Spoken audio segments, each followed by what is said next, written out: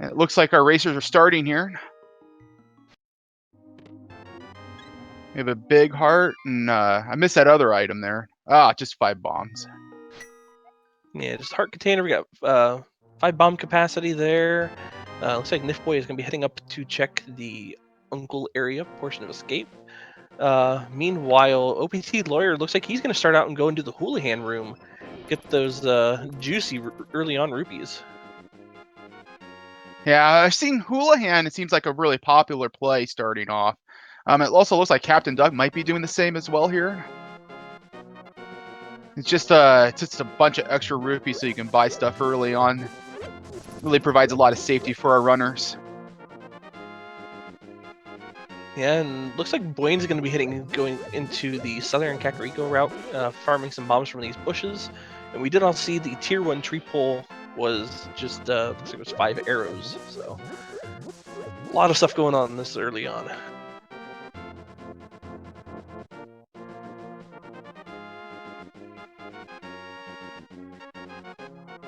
Looks like we're going to go ahead and get a check of... looks like he's going to go ahead and blind do the maze here. Not a bad play, especially in Keysanity. There's just a lot of items that you can just find early on that are going to be necessary. So the chances are pretty good this is going to be something. Yeah, with all those dungeon items in the pool, doing something like just immediately coming over here without checking it, definitely not a bad play to make. It's a high probability of something useful being there. But in this case, it was just pizza. Let's just leave that sitting there. Yeah, looks like Bushcarb just giving out single rupees today, so not much paying out from him. And on the lumberjack ledge here, we get to see. Looks like, is that just a piece of heart? It looked like it. Yeah, so Kinda, quick. yeah.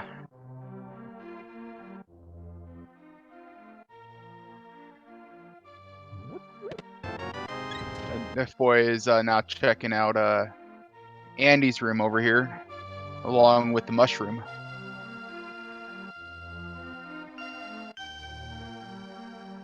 Did you ever find his pizza? Get that pizza, or is it the either medallion? I don't know. It won't be today.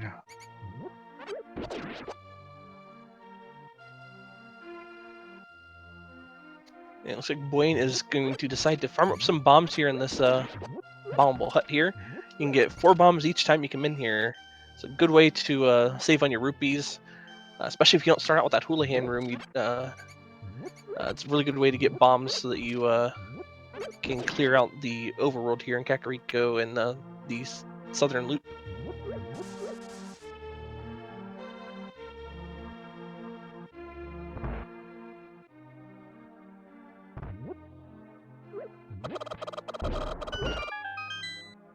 Let's go ahead and see what Blind Shed has.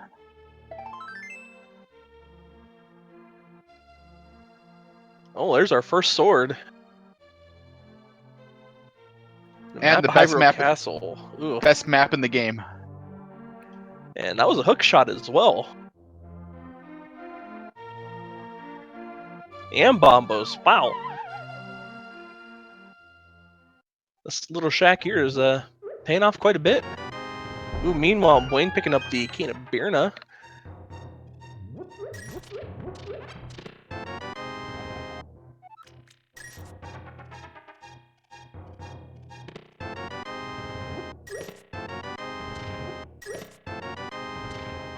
Really nothing else down there, though, unfortunately. Yeah, so Kakariko so far just giving out bits and pieces. We'll see what area has the next piece of progression for them.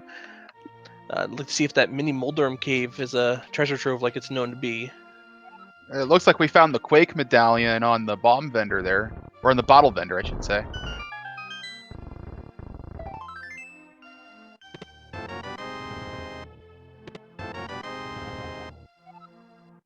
Yeah, that's another good find. It's 2 of the 3 medallions in Kakariko that we need.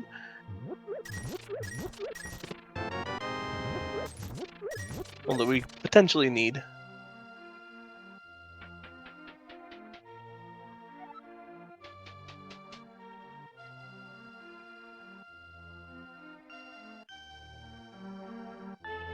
Just want to take a moment here to say thank you to Edwin13 for the Twitch Prime subscription.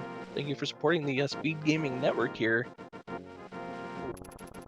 And I'd also like to throw, did we already shout out our trackers for this evening? We have not. Why don't you go ahead and do that for us today? All right, we've got Reg and Recitador as our trackers. They've got a lot to keep track of, so show them some love.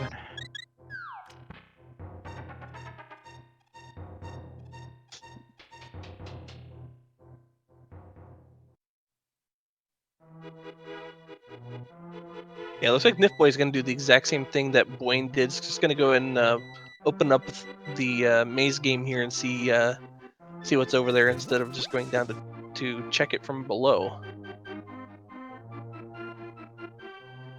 So right now we really see the runners just like doing what everybody else has done.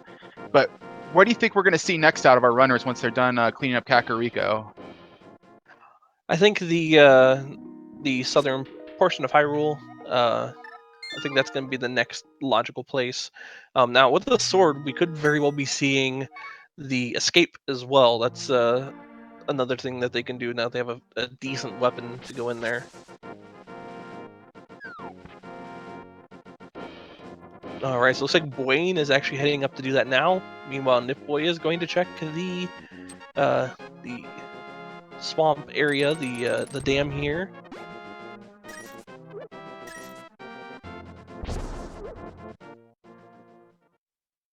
And getting that hook shot clip there through the block makes that really easy. You can make one trip in here instead of having to go out and back in. Oh yeah.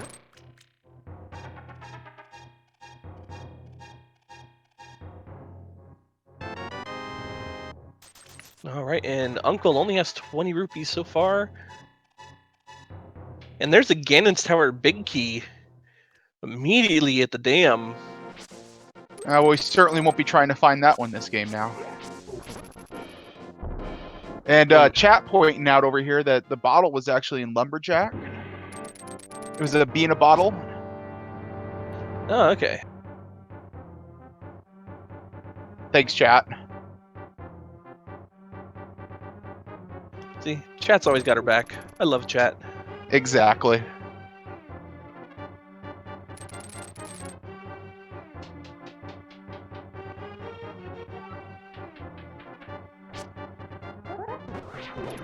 And there's our flute in the mini Moldorm cave and the book. Oh boy. That's really paying off there. And just saving and quitting instead of checking Ice Rod Cave. I think with that flute, he's going to go and immediately activate that. And you can easily route the Ice Rod Cave in once you do get that flute. You can just flute down to 8 and head straight on up there. Yeah.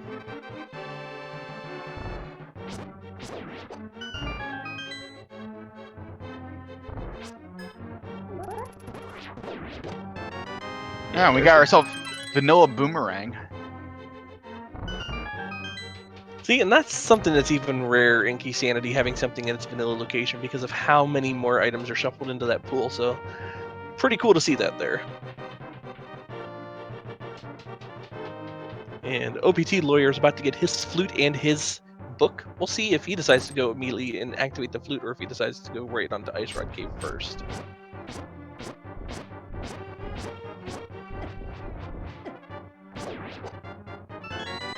Buane's also setting up a death warp here after he grabs his chest.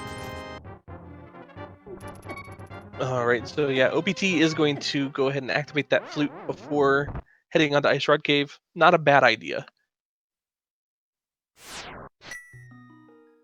I'd have to agree then. You come over here, you get it out of the way, it's off your mind. You're not thinking in the back of your head, should I come over here and visit again?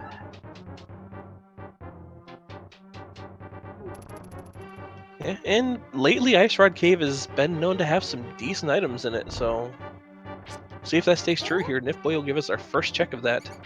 Meanwhile, Buane going in the dark portion of the sewers here. Just a big 20 from the Ice Rod Cave.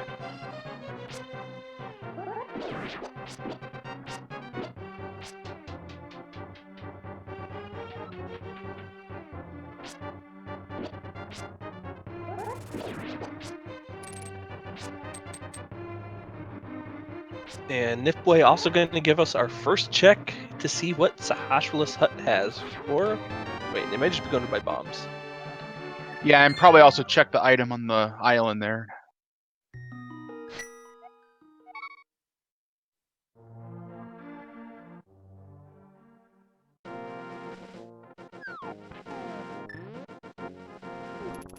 Or not.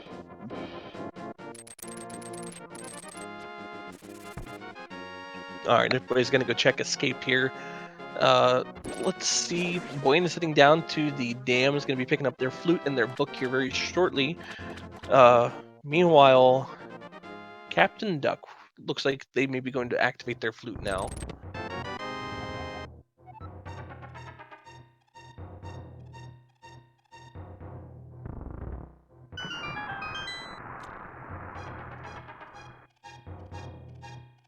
So I see a question in chat. What is the theoretical maximum of dips for Ganon's tower? I would think it would only be a double dip. The reason for that is you could have an item that leads to the big key for Ganon's tower inside of Ganon's tower. Good example that I had was the Swamp Palace big key in Ganon's tower and the Ganon's tower big key in the Swamp Palace big chest. So that's one of the most likely scenarios. Meanwhile, getting back to the race here, OPTLawyer is heading up to Death Mountain, as well as Captain Duck.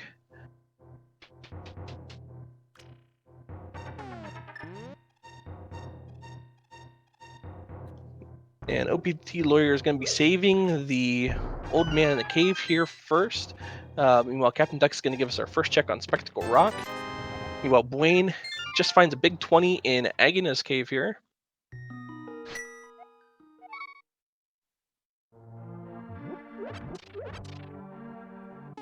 Just a piece of heart up at Spectacle Rock. Looks like Captain Duck is going to go ahead and check inside, though. All right, and we did see the old man does have a mushroom. That's a really quick check you can do with that flute.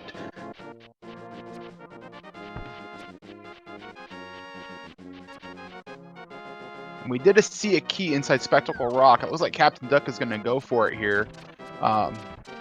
That's the thing. If you see like a small key just out in the wild, like you almost have to go for it, even though it's a very good chance it may not be a key you need. You just don't know. So yeah. In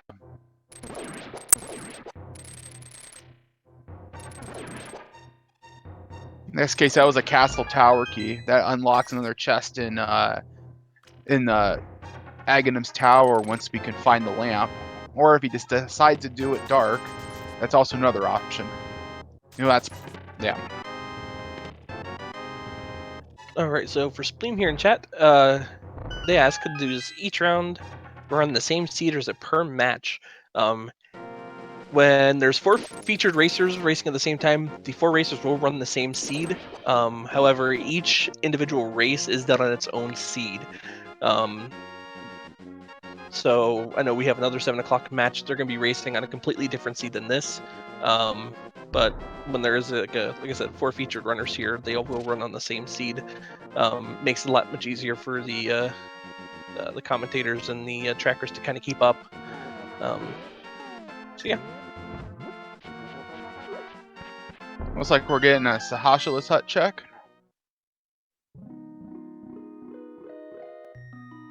And Swamp Palace is a green pendant. I think that means Swamp Palace is just going to be required, right? Generally, that's what I'm hoping for, at least. And nifboy picks up the lamp. Now I didn't see what Captain Duck picked up in the Paradox Cave room there. Looks like maybe the hammer?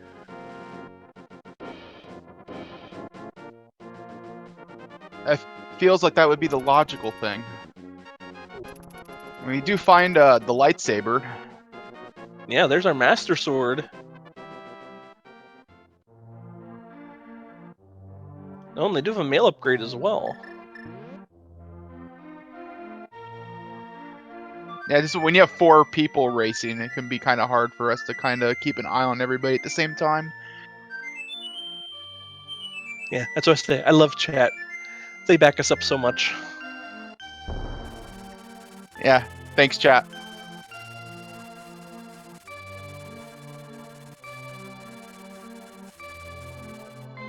And there's another sword in Eastern Palace. There's 3 of our 4 swords now.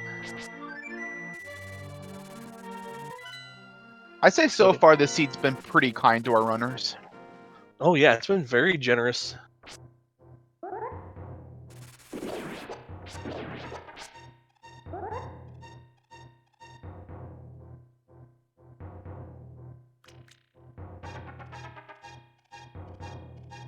And there's a bottle. So the bottle that's in Lumberjack Cave, not going to be required. So we can check Sick Kid with that bottle. Also, Deck Bash. The sprites are actually determined by the racers. You can go in the ROM settings when you or on the website, so that whenever you generate a ROM, you can select what sprite you use. So.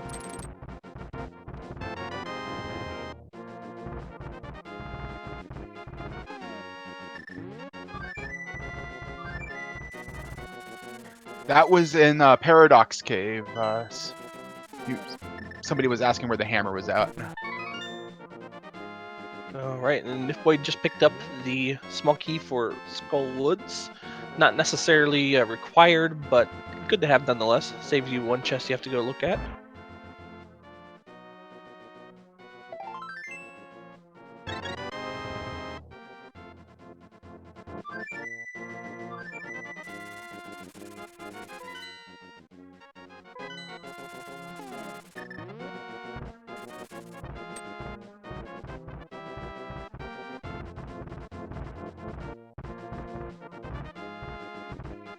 And looks like Captain Duck is going to be heading towards Tower of Hera. Probably going to use that book in the Master Sword that they now have to check the tablet.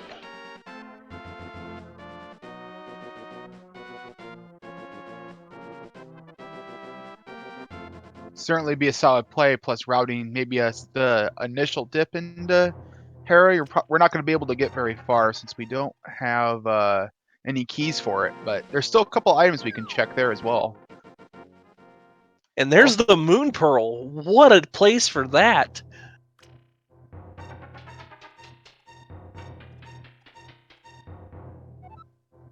Most indubitably.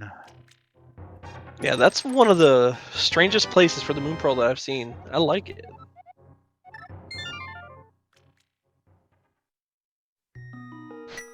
Now, Nipboy looks like they're going to possibly open up desert. They did see there was a key on the ledge.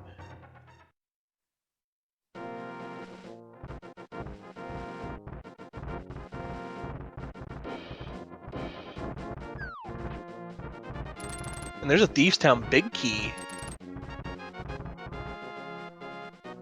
So once Captain Duck finds a glove, then we can get to Dark World and go right into Thieves Town.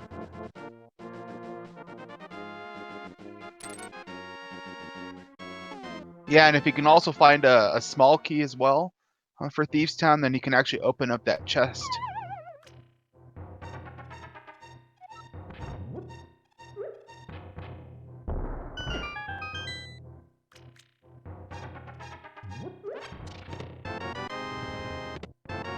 Alright, OPTLawyer picking up that Moon Pearl. Looks like they're going to go in and get that Thieves Town big key. Yeah, and it looks like... Sorry, go ahead. Alright, it looks like Buane also found the hammer and the mail upgrade as well.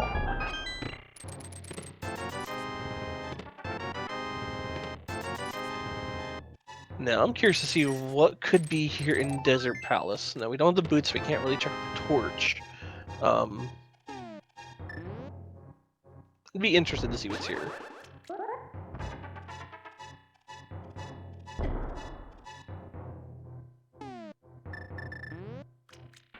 Well, there's just an arrow capacity upgrade there.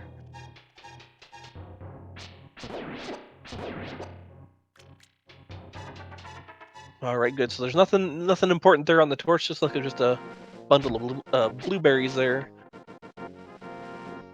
All the food references. Making me hungry. That's what we do best here, right?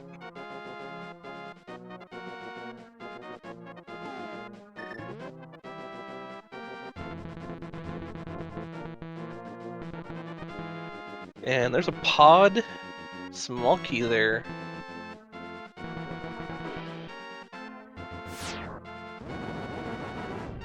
like nifboy's trying to decide his next play here. Is he gonna go ahead and rescue old man now? Yeah, not a bad idea. Now, I'd be curious to see if these racers decide to go back into escape without having the myths to drop down the back portion of it. They did pick up the Hyrule Castle key, which does open up those last 3 locations in the back. I don't know how comfortable these guys are with their dark rooms without having gone to Sahasrah's hut, but that is another 3 locations they can check.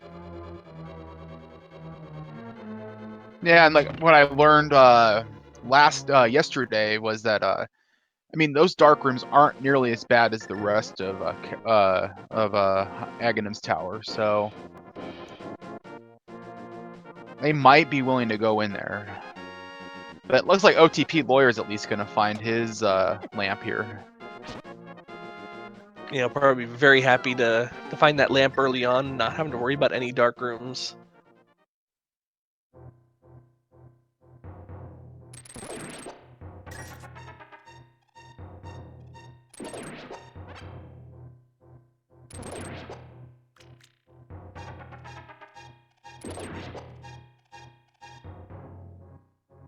And here's another question. So we had a bottle at the lumberjack, but if we don't find another bottle anytime soon, do you think our runners might go for Aggo 1 just to get that bottle to check Sick Kid? Well, Maybe that'd be more of a... Sorry, go ahead. I was gonna say, I do believe there was a bottle in Eastern Palace, on that far right room. That's right.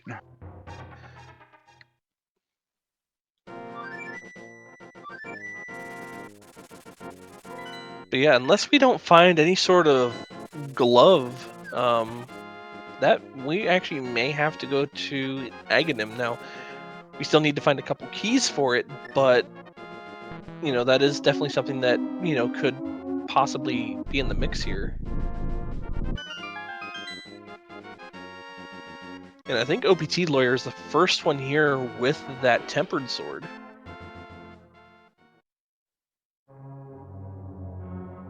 All right, so this is a pretty much a well, we do have 4 featured runners here. The top 2 runners are facing each other, and the bottom 2 runners are facing each other. So it's OPTLawyer versus Captain Duck, and then Buane versus nifboy. And yes, it is all on the same seed. This is mostly for our sanity here. Yeah, Keysanity is insane enough. I couldn't imagine trying to commentate on multiple seeds at the same time.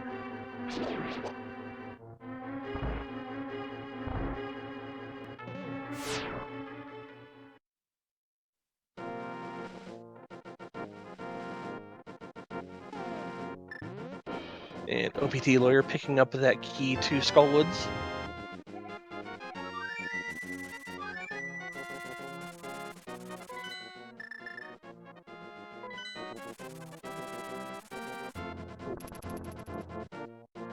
Yeah, looks like Buane is heading on over to Sahasrah's hut. Gonna be picking up their lamp here pretty soon. Now, chat points out that we could have a vanilla key up in Castle Tower, and that would certainly be trolly for our runners. Oh yeah, anything in their vanilla location in these randomizers, especially in Keysanity, if it's a key, that's the worst feeling ever, because sometimes you try to hold off on going into a dungeon until you have all the keys necessary to complete it, and if there's a vanilla key in that dungeon, it just feels awful.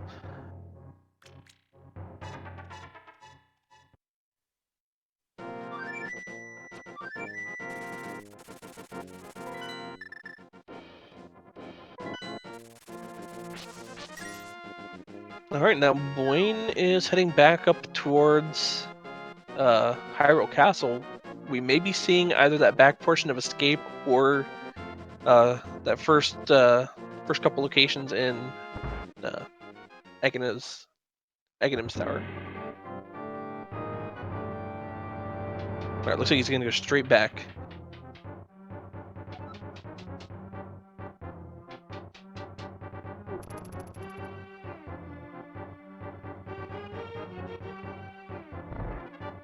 Now, with that lamp and the key that OPTLawyer has, I'll be curious to see if they decide just to take a death warp to check out the rest of this here.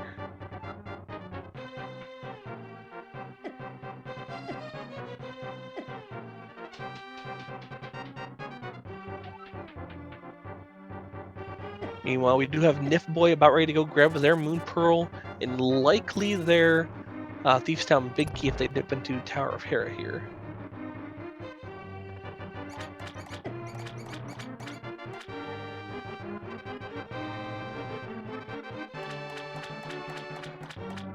And it looks like all of our runners now have the Moon Pearl. It's part 2 of the 3 pieces that we need for Dark World access.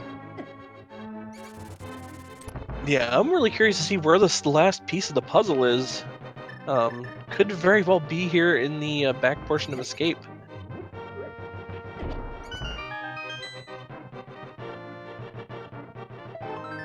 Just have a piece of heart, a bomb capacity upgrade, and a key to Misery Mire, so nothing back here. Let's see if Buane decides to go back up and head into Aghanim's Tower. We're running out of locations here pretty quick. That looks like he's going for it.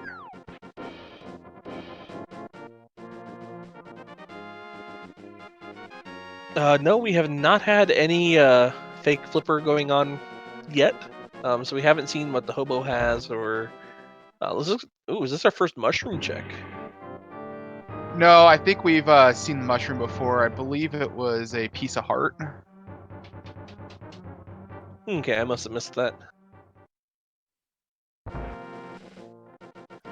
Alright, yeah, just a piece of heart.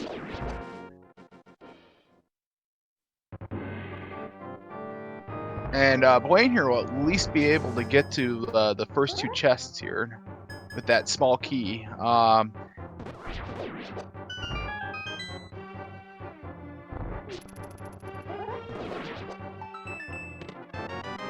Just first chest, the heart container.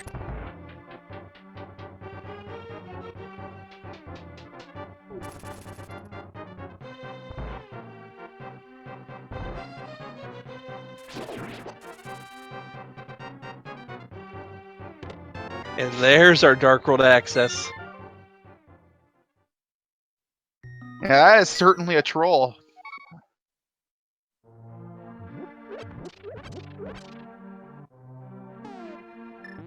Yeah, and with that Thief's Town Big Key, I see that being one of the first locations that Buane checks. Since it is a dungeon, he can pretty much complete aside from that big chest, because he doesn't have the key there yet. Looks like he's going to go check what we have dubbed Hype Cave in the past. Not so much hype anymore. I guess we'll see. Keysanity, more likely to find items you're looking for in here, but...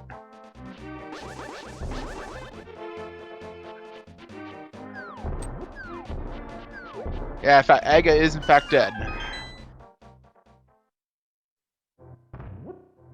Alright, let's see what we got here. That's the Ice Rod. That's hype, right? We got Eastern Palace Big Key, Heart Container, Dark Palace. Wow, this is pretty stacked here. And the map to Turtle Rock, so that was a very good hype cave. Yeah, we're gonna probably get some intel here in a second about what we need. Once he opens the map, at least.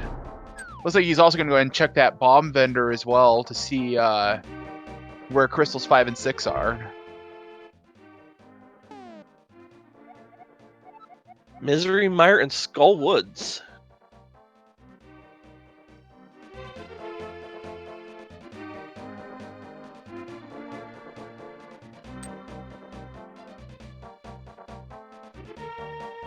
It looks like OPTLawyer is going to be the first to head into Aghanim's Tower for his respective race.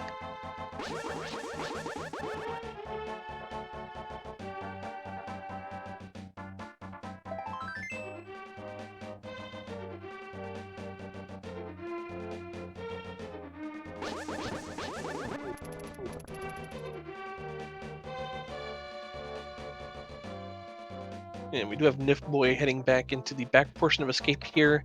Not gonna find anything all that useful. I mean, he will find that Misery Mire key, but you can actually complete Misery Mire without any small keys.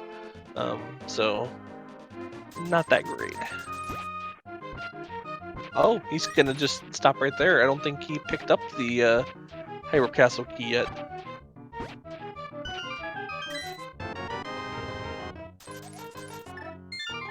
And Digging Game only have a big 20. So yeah, still not much going on. I think once we get into some more of these dungeons here, like Thieves Town, maybe a check into Skull Woods, we'll start seeing this the seed open up quite a bit.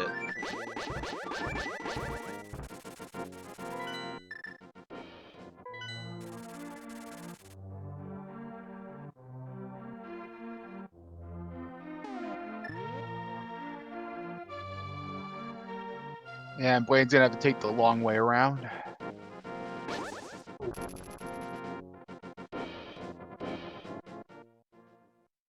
Yeah, it looks like OPTLawyer has the exact same idea right now. Oh, we're gonna get our first. Looks like we're gonna get a pedestal check.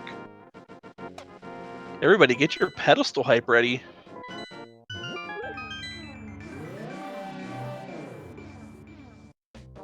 And on the pedestal, we have a little piece of love. Rip pedestal.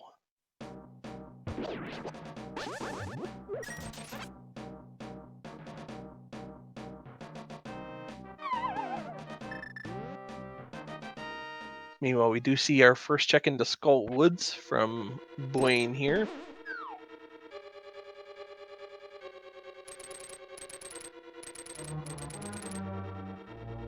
Making really good use of that hook shot. I love using the hook shot in that room. Get you, can pull you. Oh, wow. Okay, flippers. Yeah, just one piece for that swamp play I want to see. And red mail. Yeah. Now this chest will always, in Keysanity, this chest will always be a key for Skullwoods. Just a quality of life thing. It's actually not necessary, but it just really keeps you from having to save and quit a lot to get out of here. Yeah, because you can fall into that room, and without having a small key, you can't really get out without saving and quitting. So that key in there is always going to be a small key each time. We're also finding a GT small key as well. Yeah, and that's the only small key we need for Ganon's Tower, so you can check that off your list there for these racers.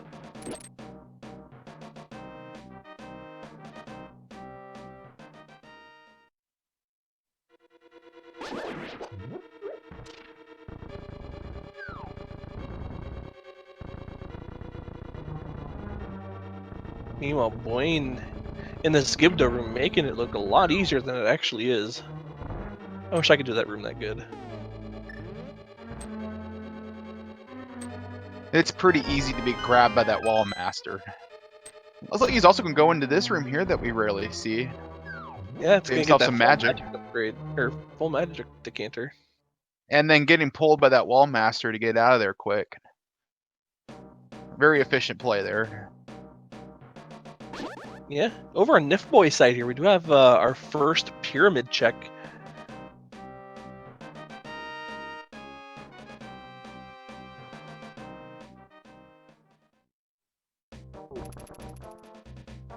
And just a map. We'll see if Nifboy decides to pick that up.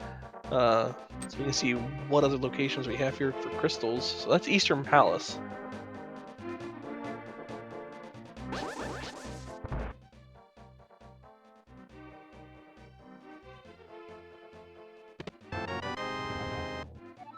And we got the Skull Woods map.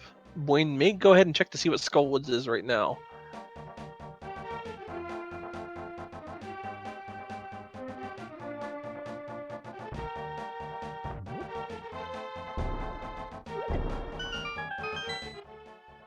Meanwhile, his opponent Nifboy is going to check Catfish.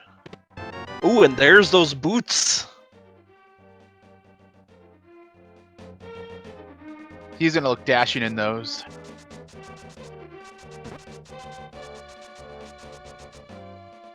I don't know what to say.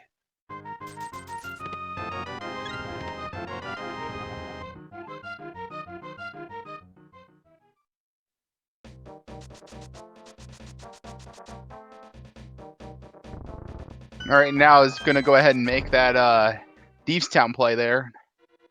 We're still missing, I believe, a small key, so you won't be able to check the big chest, but pretty much everything else is going to be fair game in here. Ooh, there's that Swamp Palace big key. I think we're just missing the small key for Swamp Palace now, and that'll be completable as well. I don't know what Swamp Palace is quite yet. Or no, wait, is that one of our? That was a green pendant. Yeah, that's our green pendant. Yeah. Which means required.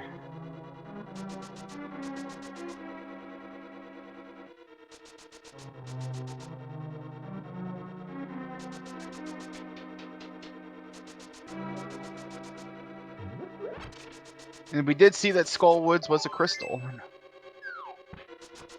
Yeah, OPTLawyer giving us that map check that I was hoping one of these racers would do.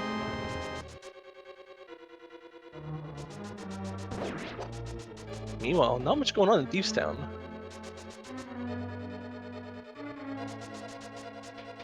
Well, I suppose we did know that Skull Woods was a crystal from before the bomb vendor, but good to know for certain. Oh yeah.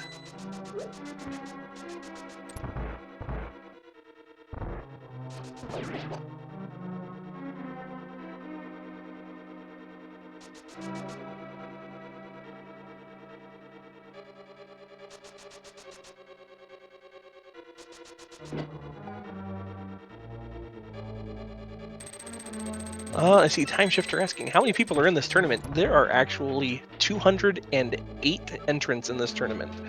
So each week we'll be bringing 104 different races. So it's going to be quite a packed schedule here with the Keysanity tournament going on.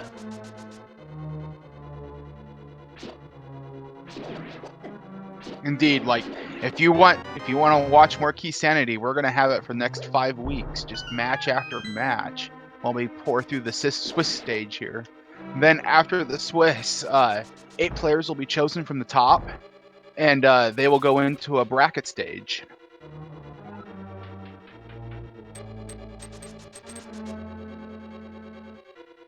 It was originally 4, but they had to increase it because there was so many entrants.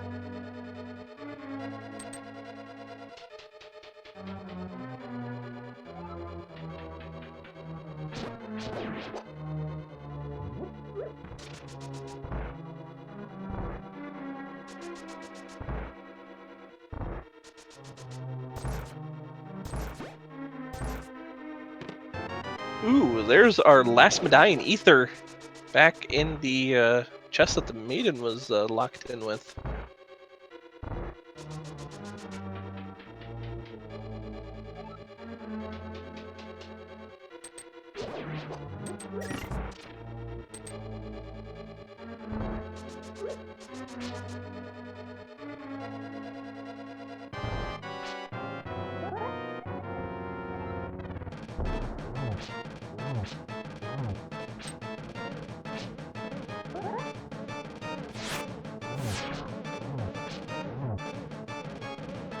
Buane making this blind fight look really easy. He's still got it right on track here. Really good fight there. Ooh, and that's the Mire from Blind saying, "Get that light out of my face." Showing you reflection in the mirror. Okay, never mind. Bad joke. I got it. Don't worry.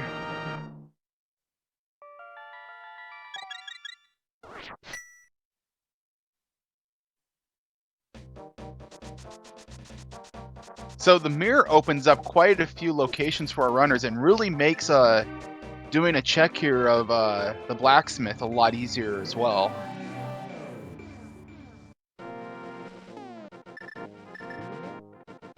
Yeah, so it looks like Buane will be going to check the Bat Cave here with that powder. Meanwhile, OPTLawyer picking up their Ether Medallion as well, so they have all 3 of theirs now.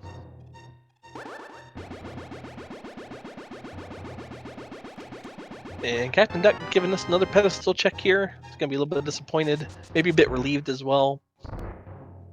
Well, we did find the Hera map on Buane, so we'll be able to know pretty quickly if that's a crystal or not. We'll be able to fill in the rest of this here pretty fast.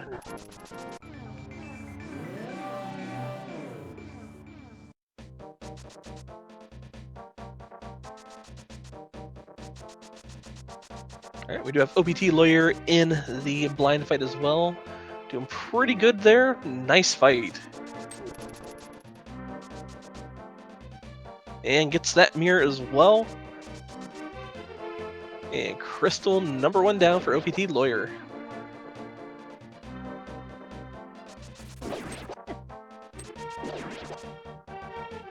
Now, I missed what was on the bumper cave ledge there. Did you get a chance to see it by chance? Yep, it was just $50.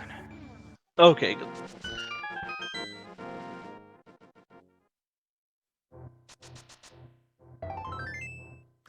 Bonkrocks just giving us a little piece of love as well.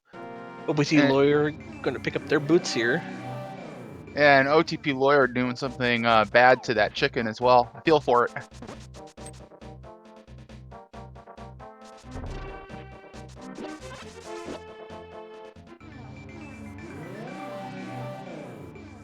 And thank you, the Racer X, for the 5-year in a row subscription. Your support is very much appreciated.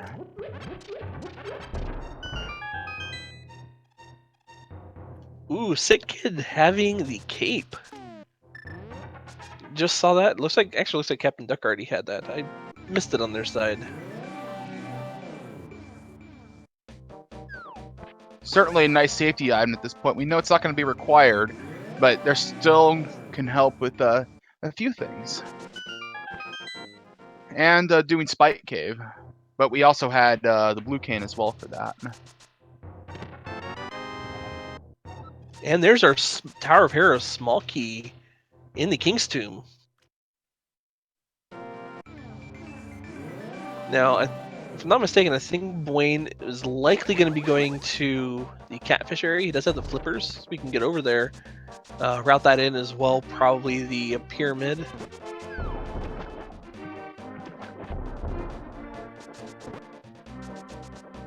And I don't think he's dropped off the mushroom yet either, so we can do that as well here. Or maybe he did. I don't know. My brain's scrambled right now.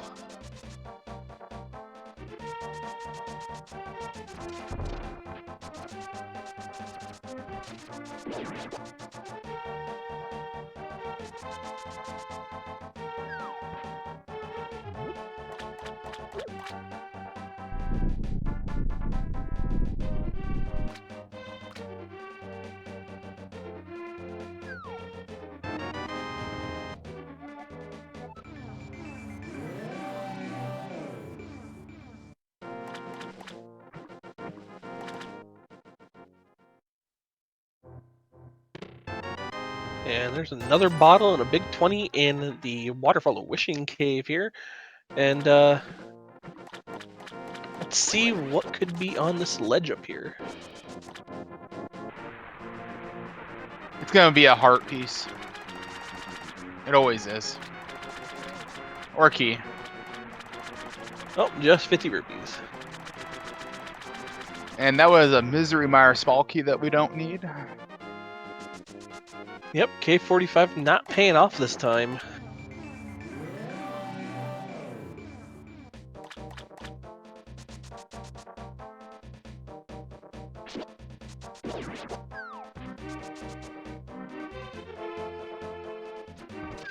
Stumpy also just giving out a piece of heart as well.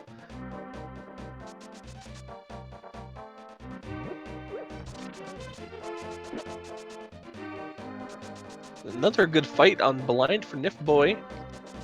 Picking up their first crystal.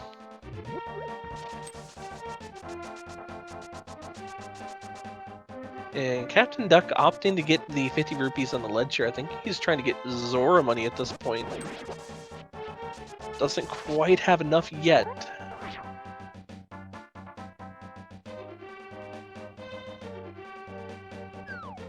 Meanwhile, OPTLawyer getting our first check of the Bombos tablet. And there's the Titan's Mitts on the Bombos tablet. what a great find there.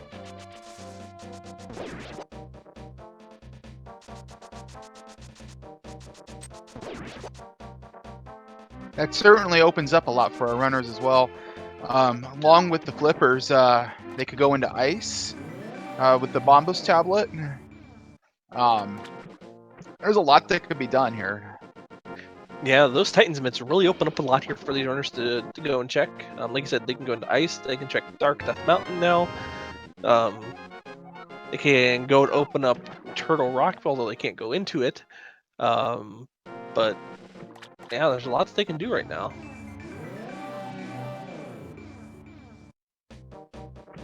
OPTLawyer finding that ice rod as well. We know we're gonna need.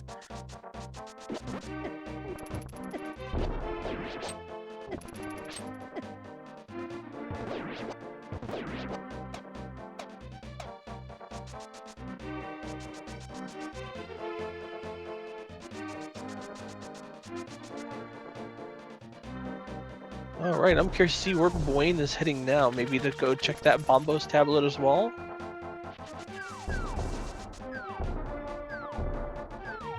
Alright, so Turtle Rock is indeed a crystal. It looks like we're gonna get our first Spike Cave chest of the check of the game. Oh yeah, this could be big as well.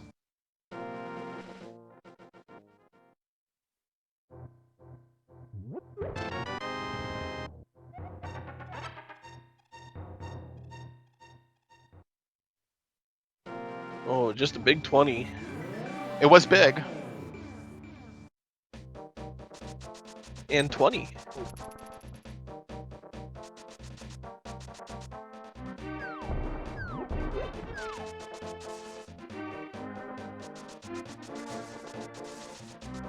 And we're gonna get our first Mire area check here from OPTLawyer. Meanwhile, Buane is about ready to go pick up their Titans mitts as well. We'll see if they decide to go directly into the Mire area or somewhere else.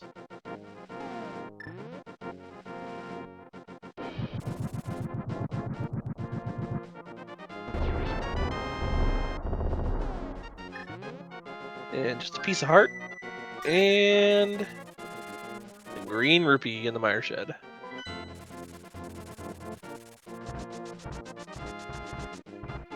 And nifboy is also going to go ahead and find that that glove upgrade there. He'll be happy to see that.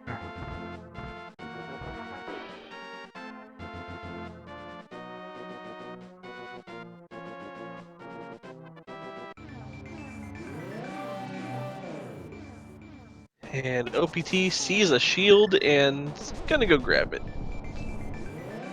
I would too, especially if you can find the later shields, especially that fire shield. That can help deflect some attacks and keep you a bit safer. Yeah, and Nifboy at this point looks like they're gonna go and get their hobo check and their waterfall of wishing out of the way now. Meanwhile, Buane looks like they're gonna go open up Turtle Rock now, get access to the Darkwood and get check Super Bunny Cave, Hookshot Cave. Ooh, OBT going into desert.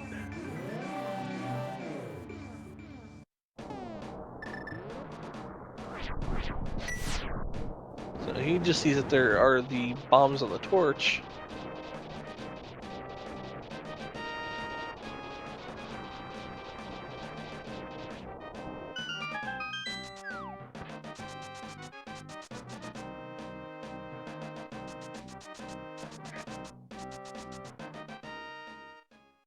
Not going to quite dip into Hookshot Cave there. Going to go ahead and check out Super Bunny.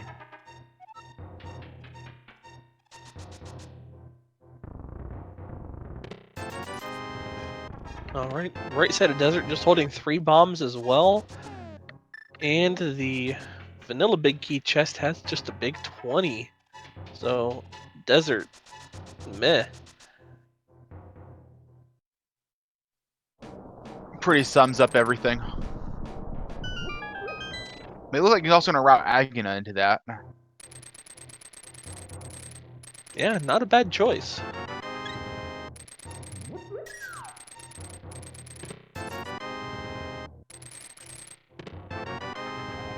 Yeah, we have a Dark Palace small key in the Hookshot Cave. In the Ice Palace big key.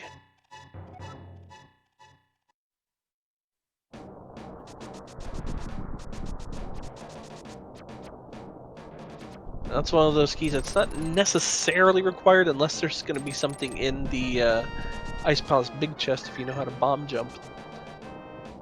But more importantly, it would put Ice Palace in the logic. Indeed.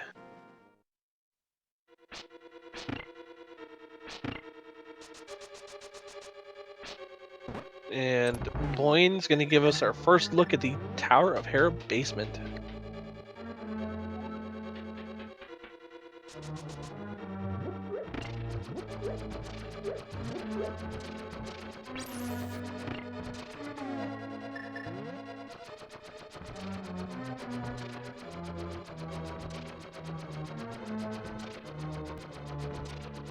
And he's gonna go ahead and take a stretch now. Yeah, almost an hour in. It's a nice time to, let your hands relax a little bit. Maybe grab a little sip of something to drink.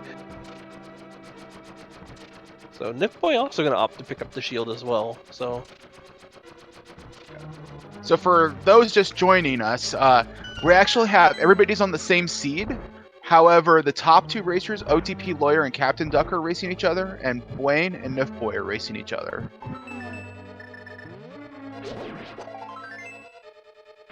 and just a piece of heart in the Tower of Hera basement. So we could potentially see a triple. No, we will have to be seeing a triple dip Tower of Hera here from Buane. He's probably not going to be happy about that.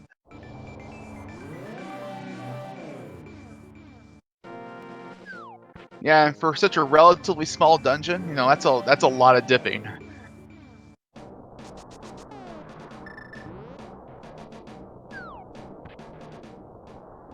All right, so I do see a question here in chat. When they say the logic, pretty much what we mean by when we talk about logic, the way that the keys and the items are placed out, there's a sequence that those items are placed to where the game can be completable. That's what I mean pretty much by the logic. If you have the items to, say complete something or all that, that would be something that would be in the logic. If you go and, say sequence break something, like let's say you do a dark room without having the lamp, if you find anything in those areas that wouldn't necessarily be in the logic because you are supposed to have an item required to get to that, if that makes any sense for you guys.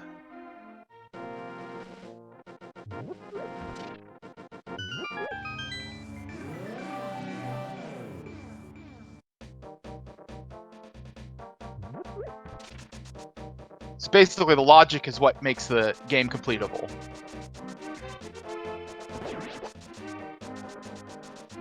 And we are seeing our first play into Misery Mire. Pretty excited to see what's in here. Nifboy is going to give us that information here pretty soon. Now, if I'm not mistaken, we don't have a big key for Misery Mire yet. So you won't be able to complete the dungeon, but you'll be able to check all but the big chest and Vitreous. So A lot of item locations.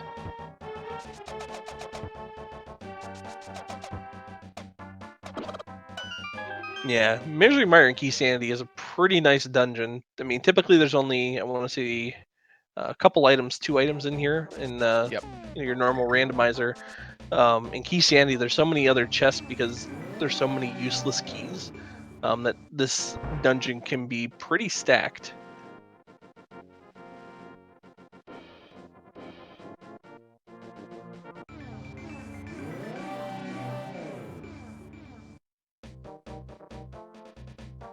And it looks like Zora's just going to give us back some money, so nothing at Zora. I think that was our first Zora check, if I'm not mistaken. I don't think anybody's had the rupees to check it yet. I could have missed it, though.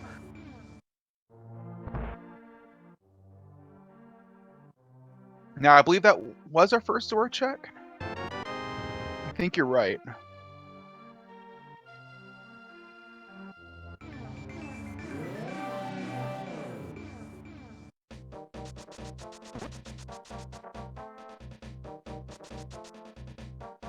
And it looks like Buane is going to go ahead and check the purple chest here. Now, with having checked the tablet already, they can just flute down to 7 and turn that purple chest in right away without having to take that nice long walk there. Yeah, especially if you've already cleared out all the locations, like the south of Kakariko there, you know, big time save. Yeah, and it's just 3 bombs, so not much going there. Now I do see that Nifboy has the fire rod. Was that in Misery Mire? Did I miss that? It had to have been.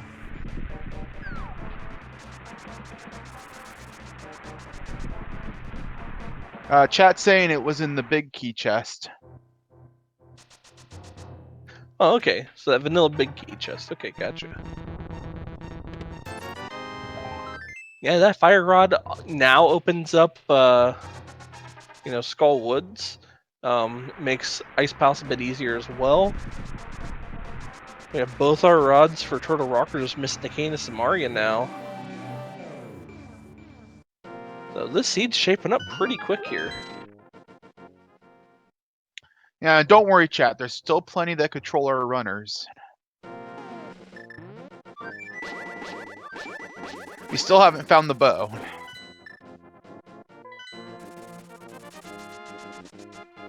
I'm calling Bow and Pod. How awful would that be? Yeah, it's pretty likely. Ooh, Buane going into Ice Palace. That's a pretty good move at this point. There's a lot of chests in here as well.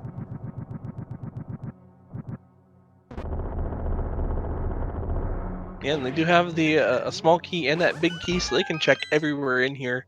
Now they will have to do the bomb jump because he doesn't have the Cane of Samaria. But I mean, at this point, I'd say for the most part, if you're running in a randomizer, you kind of know the Ice Palace bomb jump. I think it's one of the first things that you kind of want to learn. Yeah, and I would say it was probably the easiest of the bomb jumps to learn. There's just a lot of really good setups for it. Yeah. I mean, the hammer bomb jump, or affectionately known as hammering up, that's another story. Yeah, that's a fun one to learn. Yeah, I haven't quite learned it yet. I need to spend some time on that. Yeah, I actually learned that one yesterday. And so in like open mode or standard without Keysanity, that bomb jump isn't nearly as necessary. But in here, in Keysanity, that saves you a key, and that could mean a big difference in time. Oh, definitely. Ooh, there's the Cane of Samaria for Nifboy. We're Macy. Was that Silver's as well? I believe that was in fact Silver's. Holy cow. It's a loaded Hera here. We could get a sneak peek at the first couple locations in Turtle Rock now.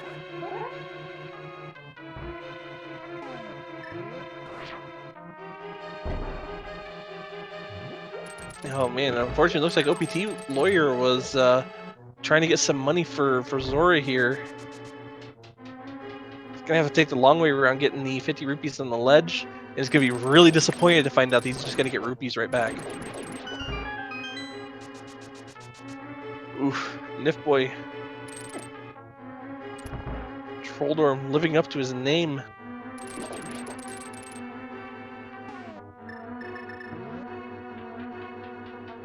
There we go. Nice second take on it.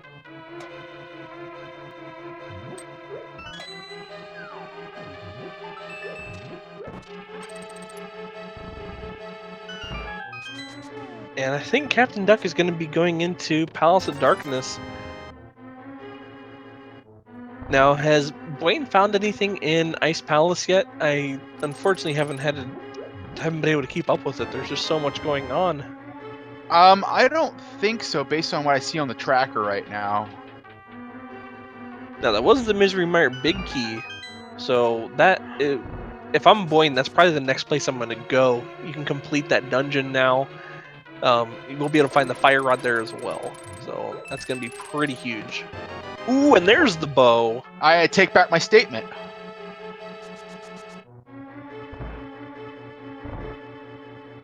And we're probably going to know pretty quickly if Ice Palace is a pendant or crystal too, and we'll be able to figure out what pod is off of that. Yeah, so as of right now, we are in Commentator's No mode. We know where all the items are now. Just looking for keys.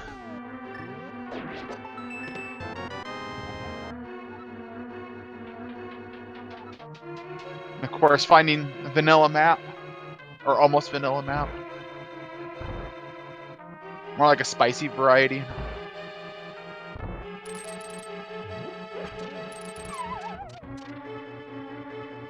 Oh yeah, chat does make a good point. The Hera, Big Key, and Misery Mire to get the cane at the top of Tower of Hera to then have to go back into Misery Mire to complete it. Ugh. It's a pretty interesting double dip there. Yeah, it's a forced double dip.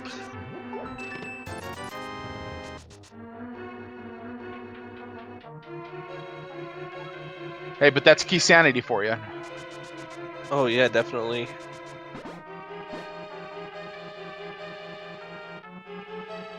And there's just a Ganon's Tower small key for Captain Duck.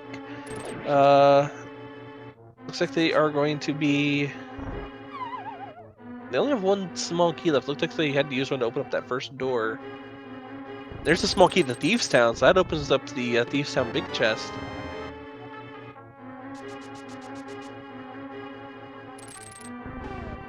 And I think at this point, Captain Duck is the only one to not have gone into Thieves' Town yet.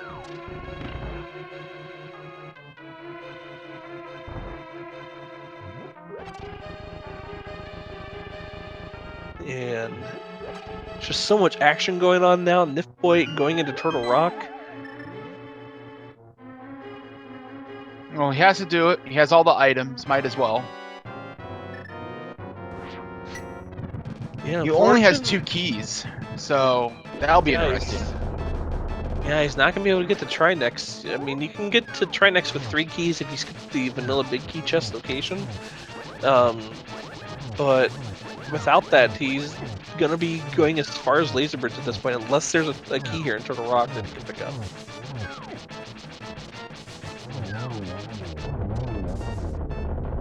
And that was a good fight there from Buane, cleaning up Cold Stare, just picking up some rupees for his troubles.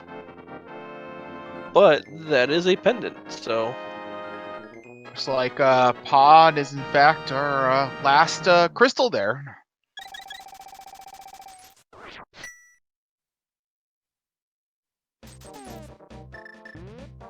Meanwhile, Captain Duck just finding a bomb or arrow capacity upgrade and the Skullwoods big key.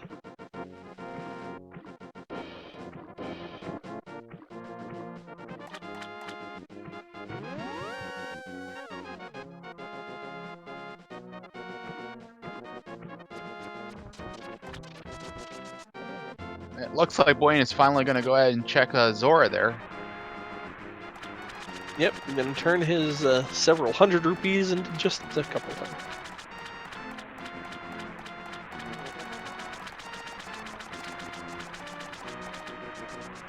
Nifboy not having a good time against these chain chomps. Well, I suppose there's worse life lessons, right? Yeah, there are worse life lessons.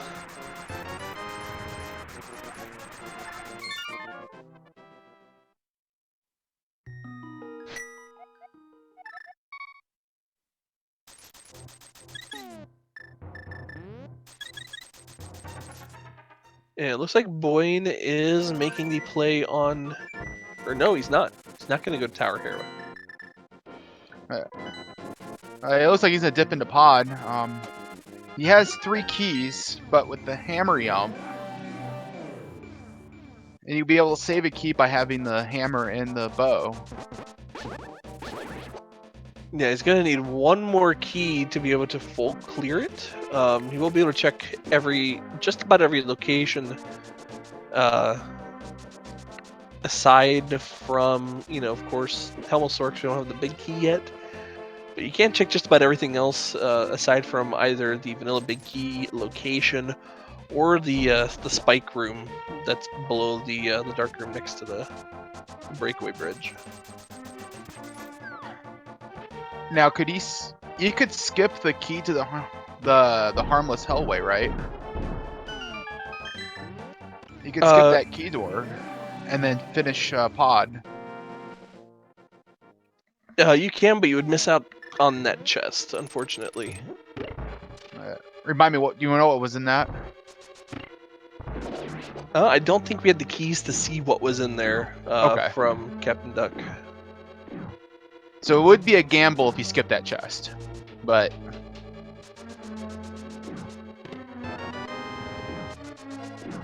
And there's Tempered Sword for Buane, and unfortunately, Mimic Cave just has the compass.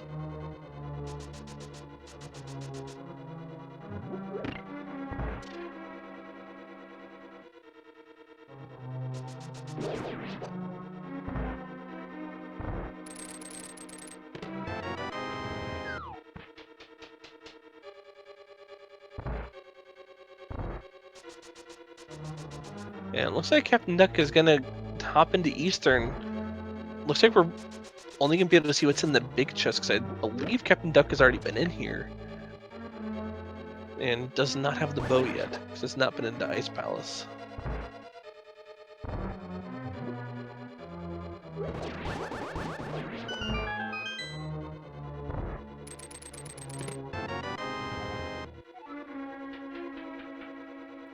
Now we do see that nifboy is going to be going right straight on back to take on Mothula here.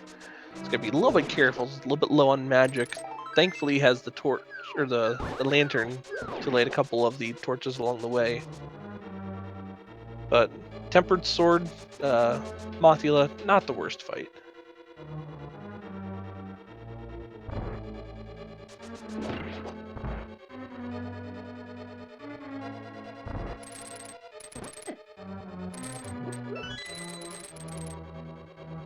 Making good use of the stun prize pack. They're getting that full magic refill.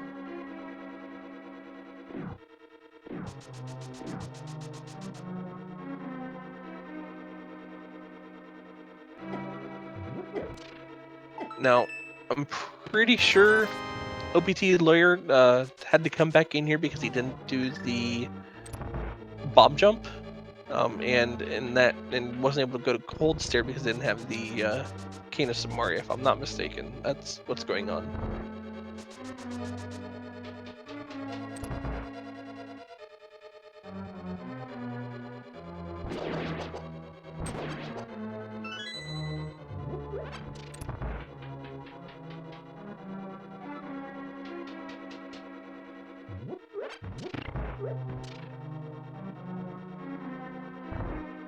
So Buane will be giving us our first look here at the Armos Knights.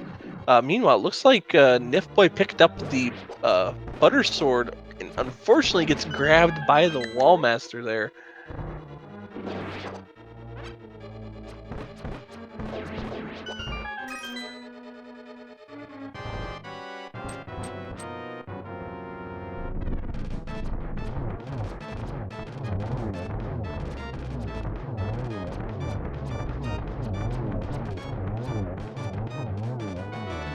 And it's a small key to Misery Mire, so one of those small keys that just doesn't mean much of anything.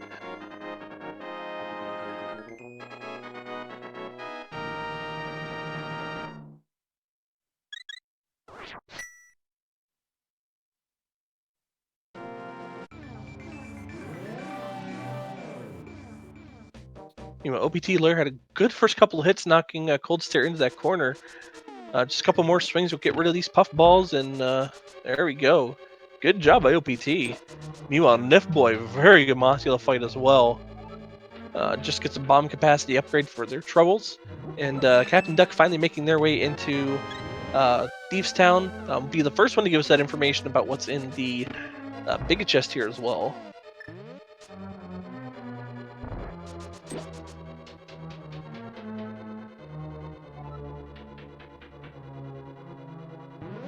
Like Buane here is gonna go through the basement.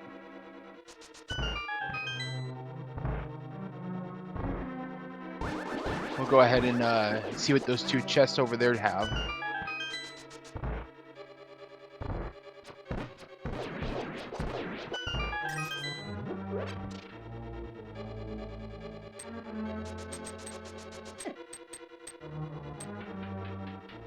Meanwhile, Nifboy comboing in the pedestal check with the Skullwoods clear.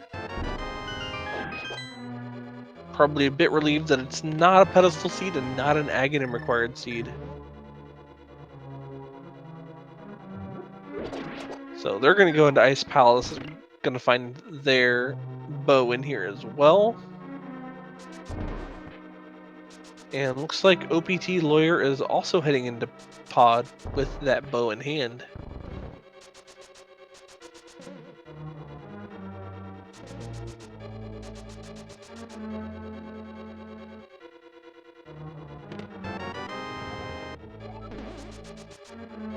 Now I'll be curious to see if Buane does the hammer yump here. I'm sure he will.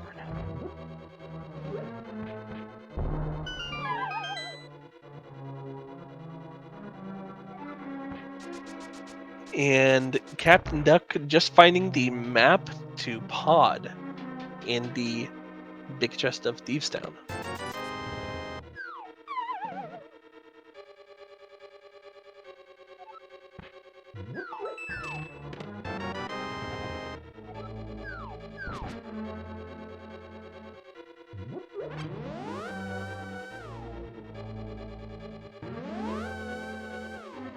And Captain Duck getting their last medallion.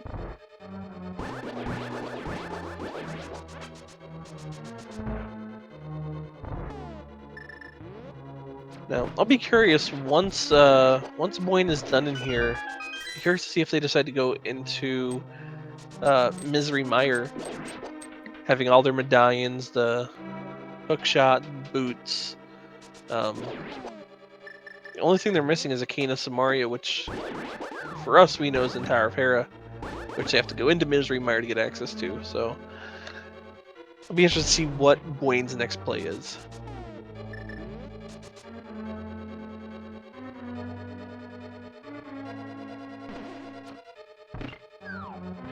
And meanwhile, Captain Duck has moved on to their blind fight. And cleans that up very nicely. Getting the mirror for their troubles, so it's going to be some more locations that Captain Duck can check now.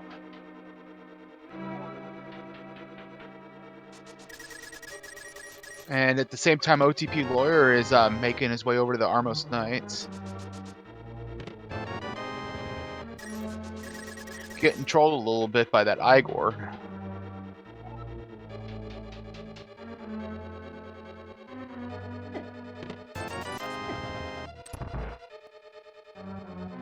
And I was trying to come up with something clever, but just couldn't quite figure something out to say there.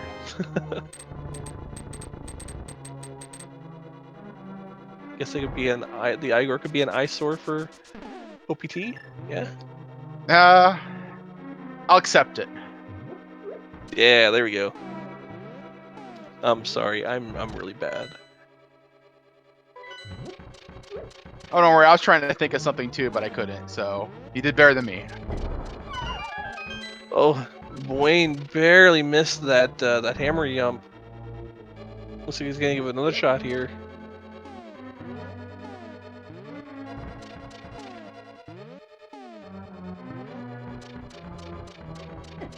There we go. There we go. Then realize he doesn't have the big key yet.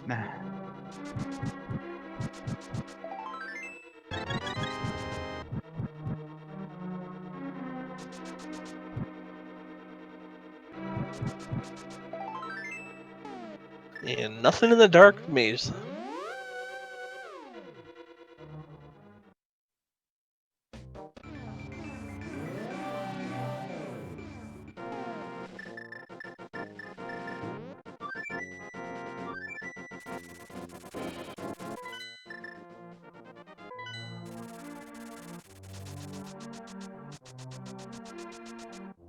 Yeah, looks like he's probably going to go back to Thieves Town.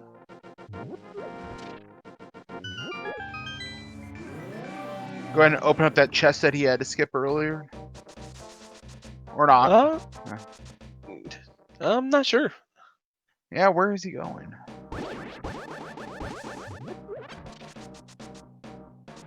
Oh, that's right. He hasn't done Skull Woods yet. Oh, he's got the Skullwoods big key.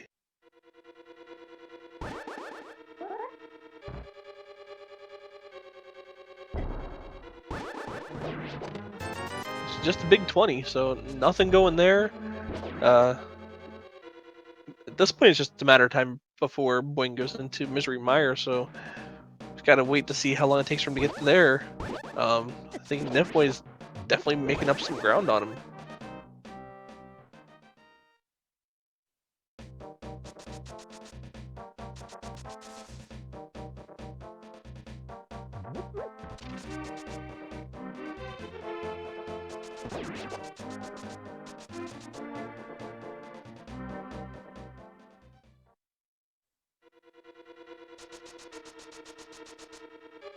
Whew, that was close for OPT, getting that bonk over there, barely making it on that ledge.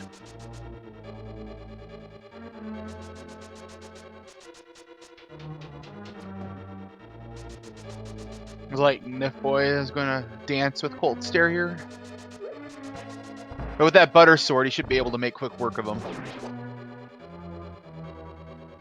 Yeah, like a hot knife through butter, right? Hew. And super clean fight from nifboy.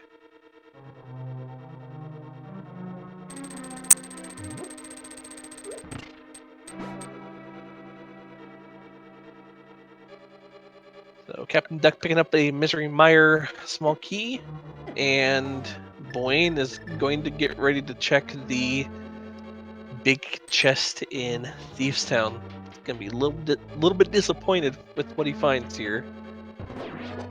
So a question to chat.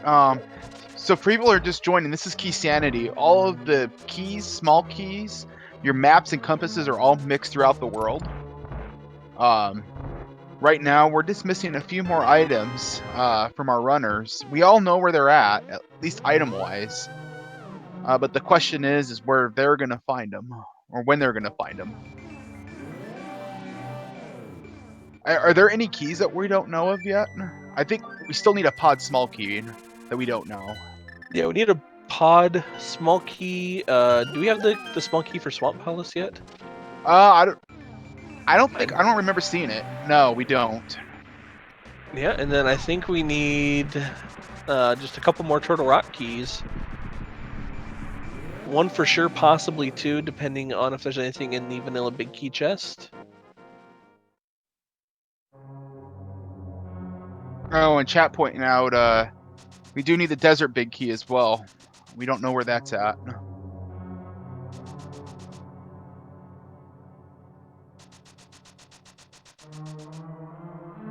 Also, in Keysanity, the music for the dungeon is randomized, so you can't hear the music. So normally, like the music in the light world or dark world will tell you if it's a pendant or crystal. In this case, we won't know that.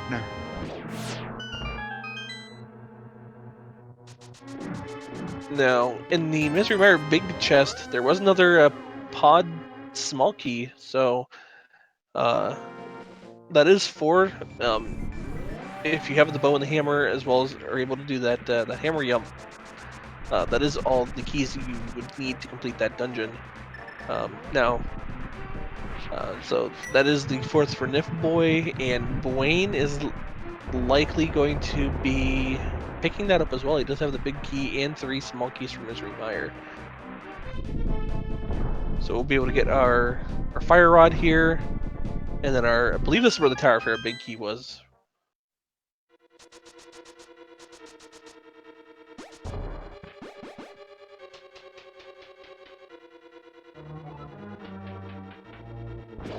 Nice Samaria throw there.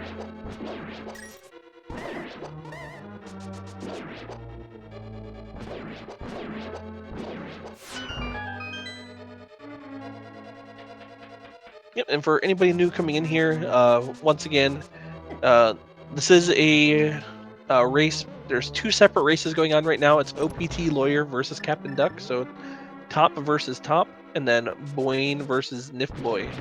So we had 2 separate races. They are racing on the same seed just for our sanity. So that You'd is say, what is going on here. say for our Keysanity. Haha.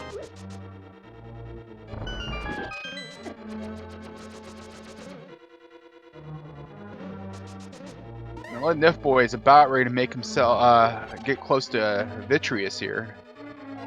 And he is the only one with silver arrows. These eyeballs are going to pop really fast. But looks like he's going to hold on to his arrows. Maybe he doesn't realize he has the bow. Oh, he's gonna use some blue cane strats here.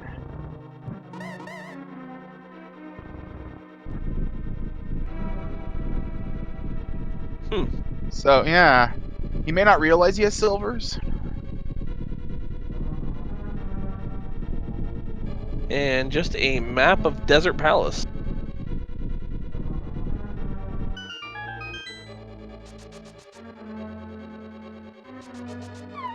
And if I'm not mistaken, that is our 5 and 6 crystal for nifboy. So we'll be able to see what the Pyramid Fairy has here very shortly.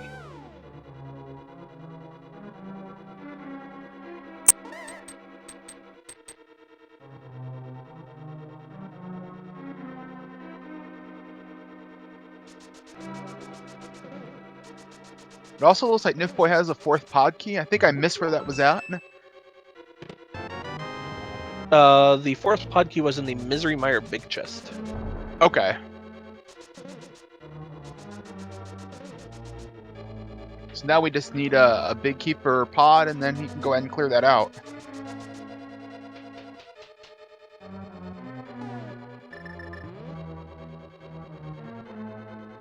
And I think OPTLawyer may be a bit stuck here. Kind of checking some of these locations. Lumberjack Cave. We'll see if he decides to make his way down to Mire. I think that's the only other place he has left to check at this point. So the other day I did learn that you can actually flute with the bomb.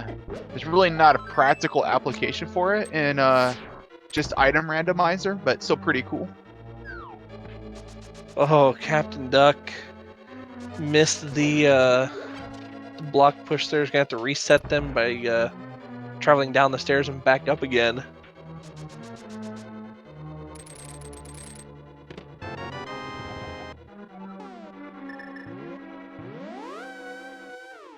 And I think Buane is going to go right up the Tower of Terror with that big key now. All right, it's the big 20 and $50 from the Pyramid Fairy.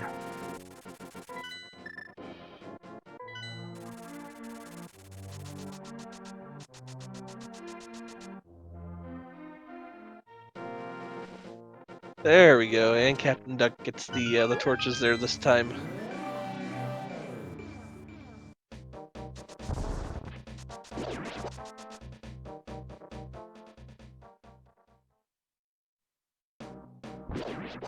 Meanwhile, Buane about ready to head back into Skull Woods.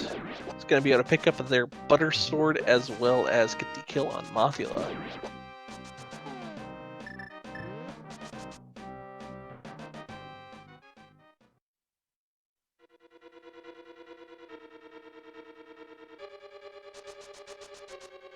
Have we had a graveyard ledge check?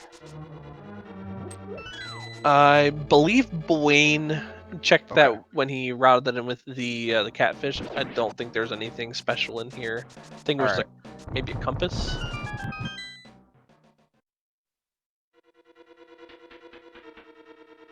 Oh no, it was just just some arrows. So yes, all 4 of these runners do have the same seed. It's pretty much just for our sanity. You know, when we do race Keysanity, in a 4-player race like this, all 4 runners will have the same seed. If it's just 2 racers. Both racers will have the same seed. The reason that the racers run on the same seed is simply to keep things consistent and make it so that RNG doesn't favor one person over the other, because you could have a lot of forced double dips in one seed and then no forced double dips in another seed. So it's just a way to make it as even and as competitive as possible. Now, I'm not sure if this is still the case, but I think when runners run this in Japan, they've been known to run on different seeds, racing each other. I'm not sure if that's still the case or not. Huh, I don't know.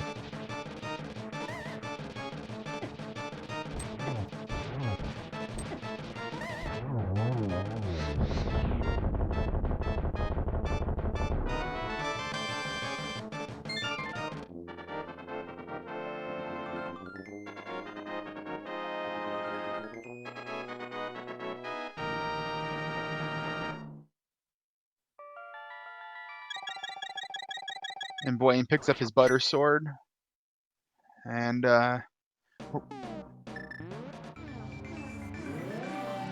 is he gonna go to Hera, or? I think that's the next logical play for him. There's not much else that he can do.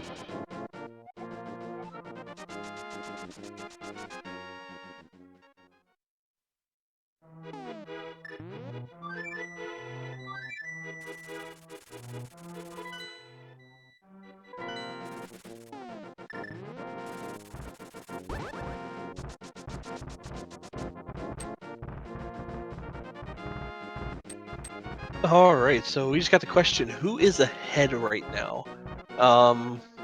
As far as our top racers go, I'd have to say that OPTLawyer may be a bit ahead. He does have the Ice Palace clear and has just a couple more items. Well, he has the bow, whereas Captain Duck has the fire rod. I think that was pretty much a toss-up right now, but if I had to give the edge to somebody, it would be OPTLawyer. As far as the bottom race goes, this one, in my opinion, is pretty up in the air right now. I think Nifboy might have a slight edge just because he has the Tower of Hera clear. But yeah, I'd have to agree. We really aren't gonna know until a player is in go mode. yeah, it's pretty difficult to say right now.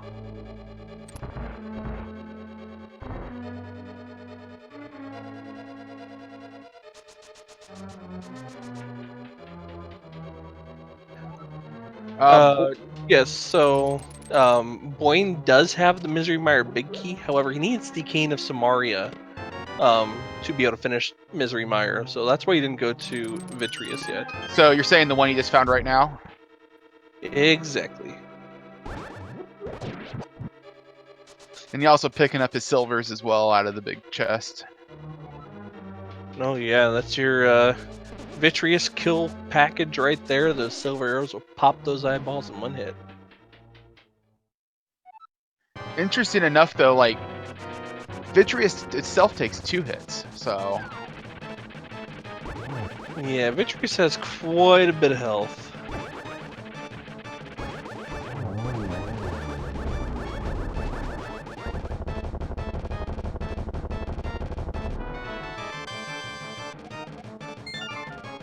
And that is Tower of Hera for Buane.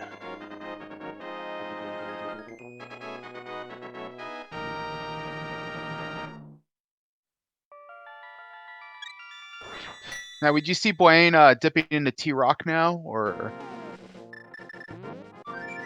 going back that is to? the. Sorry. I would say probably going back to Misery Mire, Yeah. and then possibly making a play into Turtle Rock, since he has everything he can. He has access to the dungeon, has 3 keys, so he can go pretty far in there. He can. But with, Sorry, go ahead.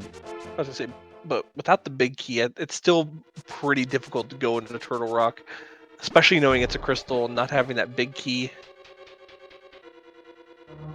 Yeah, and he only has 3 small keys as well for Turtle Rock, so you'll have to. You'll probably just steal a key, and skip the vanilla big key chest. Yeah. Yeah, plus Turtle Rock is probably one of the most linear dungeons in the game, so if you have to double dip it, especially going as far as the laser bridge and having to leave, it just leaves a sour taste in your mouth.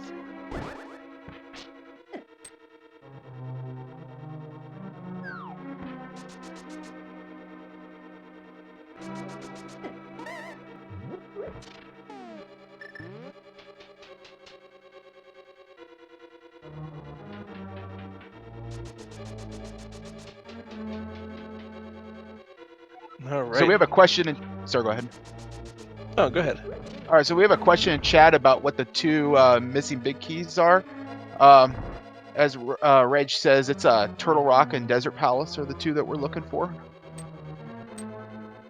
And we're also looking for Pod.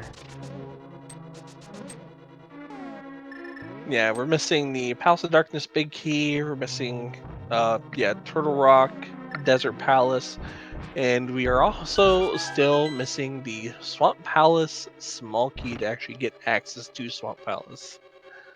No, we don't know if Swamp Palace is going to be required because it is a pendant dungeon. It is the green pendant, but it is likely that or there is a possibility of those big keys being locked behind that small key. So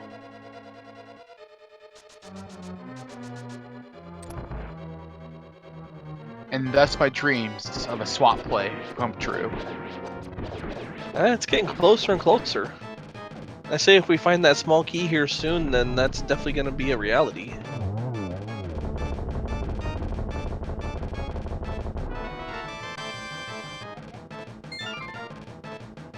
Unfortunately, shovel cannot play a role. We've already checked the shovel location. Nothing huge there. Now, OPTLawyer is going to grab his butter sword here pretty soon. Yep. And Captain Duck finds the D. All right, now I would say our bottom racers are pretty much dead even. They both completed the exact same things right now. They pretty much finished up the bosses in their respective dungeons at the exact same time, so they're really on the same page here, like neck and neck, like a matter of seconds. Yeah, it's really going to boil down to who finds those big keys first, and who has the better execution in GT.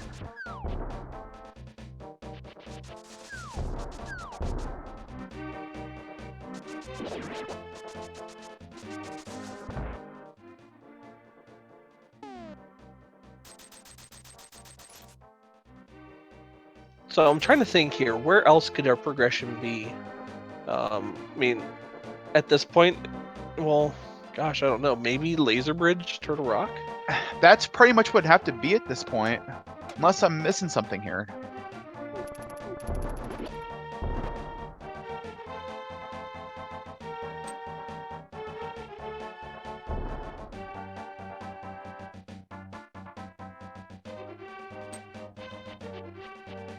Oh, that's right. Shovel.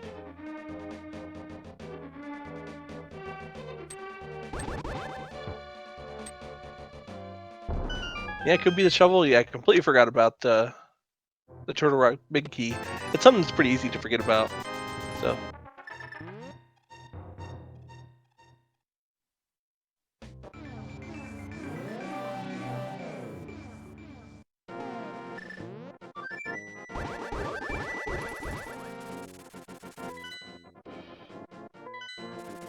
Yes, all of Hyrule Castle has, or no, we've only checked the first chest in Aghadom's Tower, right?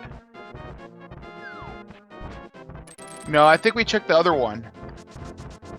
The second chest had the gloves, didn't it? Oh, that's right, it did. So yeah, we could have the first chest in swap be something. Ugh.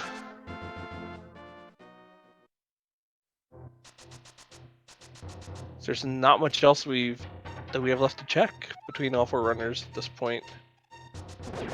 That and the shovel. I'm gonna call it now.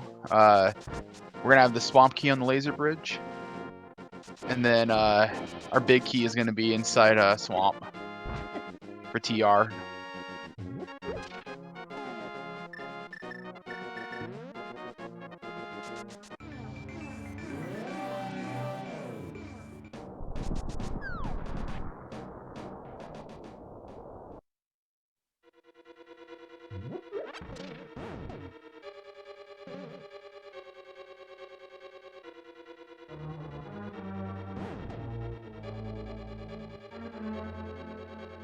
And nifboy grabbing that Tower of Hera small key.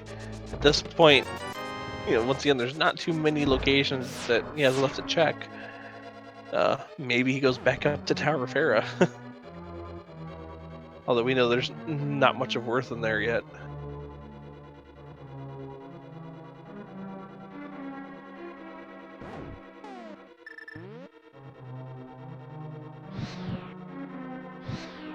And OPTLawyer looks like he's just finishing up cleaning up a couple locations. Curious to see where he goes next. I think finding that Tower of Hera big key in Misery Mire, that might lead him up there pretty soon. So it looks like that's where Captain, well, I don't know. Has Captain Duck checked? My brain is like my brain is like scrambled right now. I don't know what is going on. Yeah. Has he checked what? I was gonna see if he checked Dark World, Death Mountain. Doesn't look like it.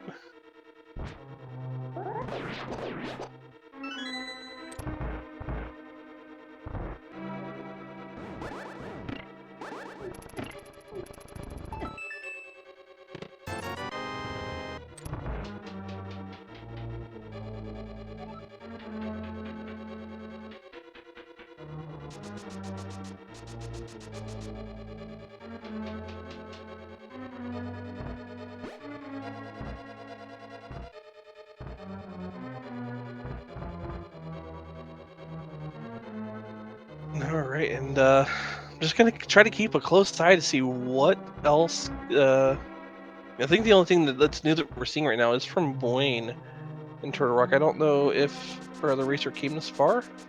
So I do believe we already had a Turtle Rock dip.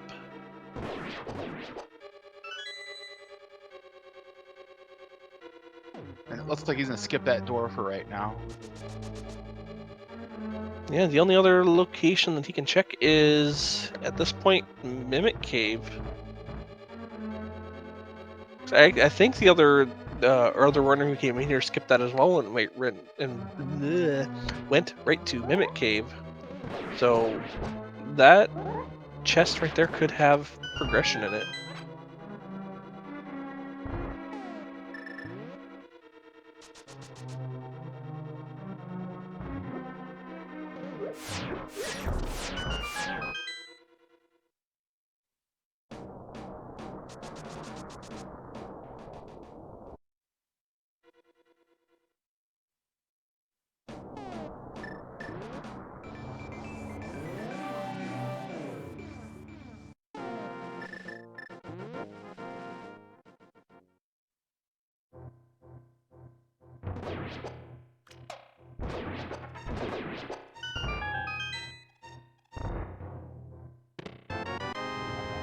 And get the compass for Swap Palace here. Meanwhile, we do have nifboy checking the hammer pegs.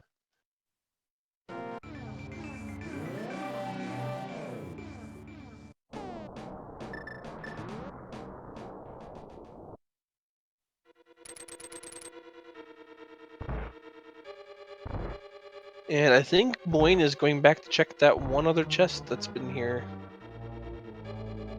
This could be big. Yeah, I mean, at this point, there's got to be something either in this chest or in the first chest in Swamp.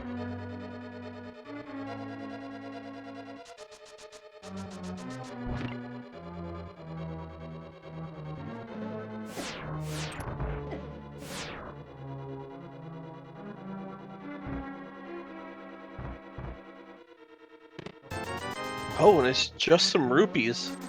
So, looks like we may be seeing that vanilla swamp chest, or that first swamp chest, having something good.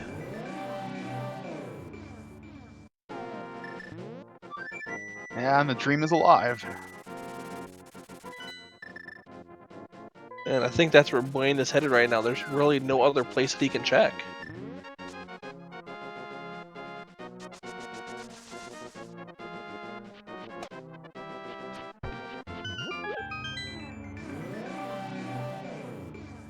Yes, they have been to Desert Palace. Unfortunately, they can't complete it. There wasn't really anything in there. I think there was just some bombs and some rupees. Don't have the big key yet, so they can't complete it, but at least seen what's in there.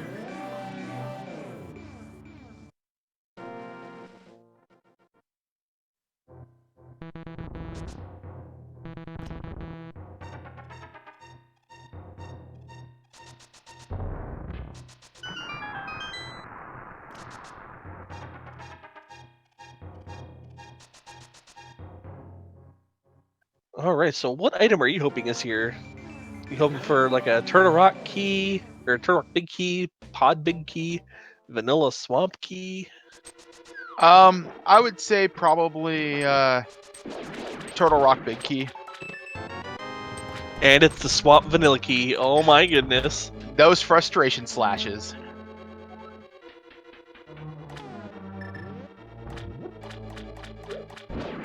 Well, we can at least fully check Swamp Palace.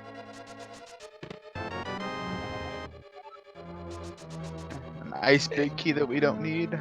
Or small key, I should say. Words. Yeah, and nifboy right on Buane's heels here. So we're gonna have both runners pretty much neck and neck with Buane with the slight lead here going into Swamp Palace.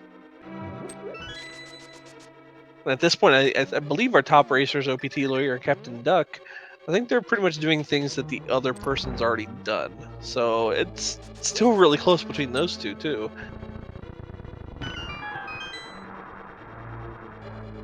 Yeah, Captain Duck is fighting Mothula now.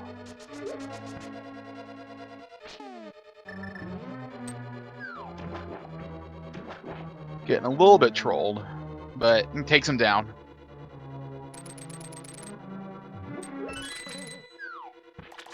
And gets that well-deserved 5 bomb capacity upgrade.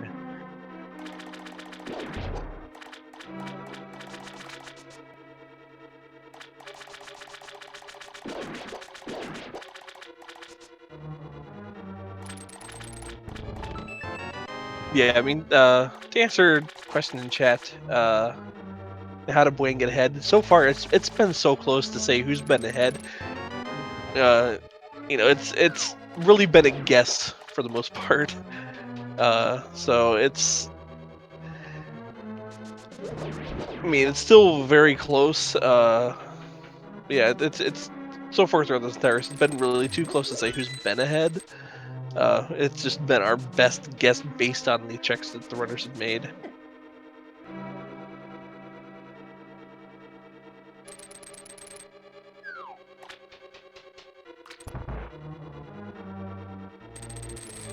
Now, with the Cane of Samaria in hand, OPTLawyer is going to be finishing up Misery Mire. We'll see what OPT does after this. Meanwhile, Captain Duck is... Are they making... Have they been into Pod yet? Are they making a return trip to Pod? I don't think he's been to...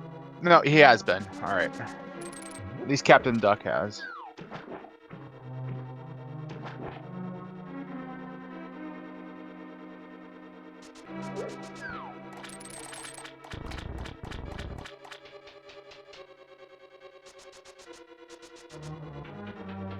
So far, neither of our bottom runners really finding what they're looking for so far in Swamp Palace. I mean, there's got to be something here. Some sort of big key, I think, is all we're looking for. We still need Desert Palace big key, Pod big key, and Turtle Rock big key.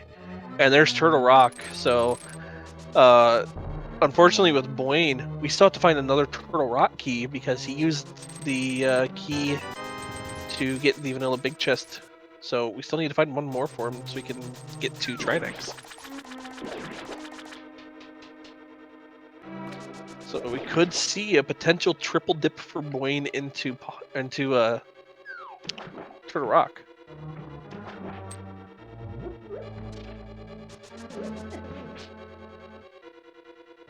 Now, I think if you're Buane right now, you're hoping to find that that Turtle Rock key in one of these 4 remaining locations.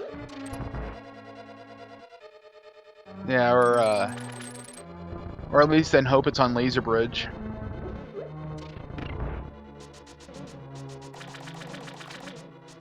Yeah, because like I said earlier, having to go to Laser Bridge and making your way all the way back in there just to open up the key or the door to Trinex is really rough. Takes so much time, so.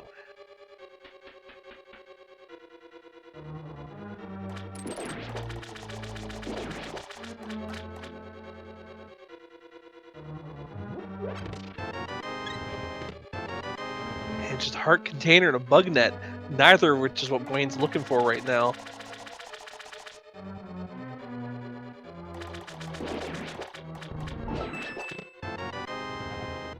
And there's a Palace of Darkness small key. Oh. And really quick, I do want to say, Quick Flash 10, thank you so much for the 20-month subscription. Thank you for supporting speed gaming and making what we do here a reality. So That is a lot of months.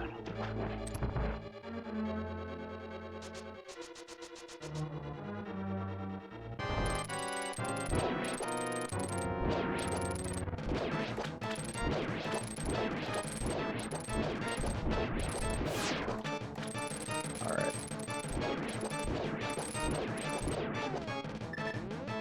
And Buane is going to be taking out the pirate boss here. A single silver arrow. Yeah. Yeah. And it is small key to Skull Woods. Oh. Hey, but he can check Sahashala now. Yeah, that is Sahasral is open now.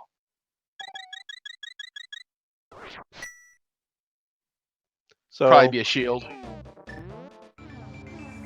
Yep, and while we are traversing the overworld and going through areas we've already seen, everybody, if you like what you're seeing, you know, please give these racers a follow. They have been putting on a fantastic show here, slogging through this heck of a seed that we've got going on, as well as my fellow commentator here, Synac, and our trackers today.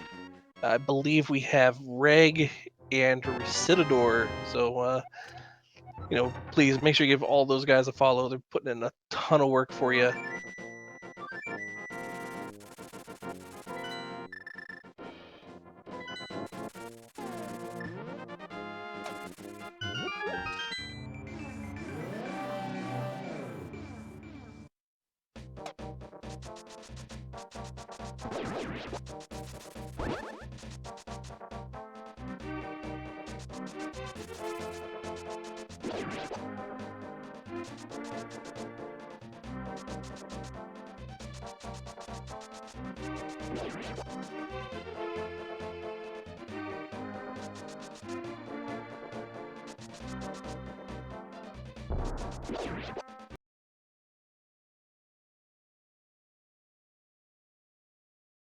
Well, I do believe we did have a pod big key found.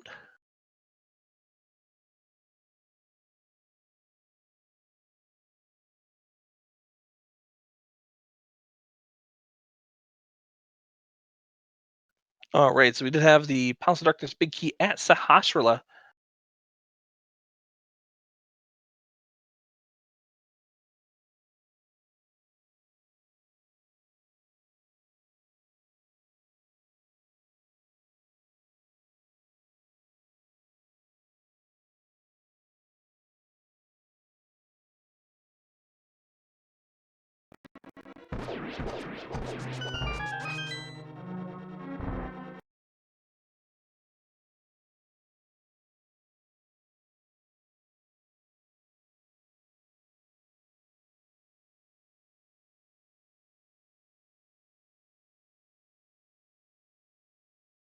So just once again, while we do go ahead and get this worked out, if you've liked what you've seen so far, please make sure you give OPTLawyer, uh, Captain Duck, Buane, and Nifboy a follow. They've been put on a fantastic show for you.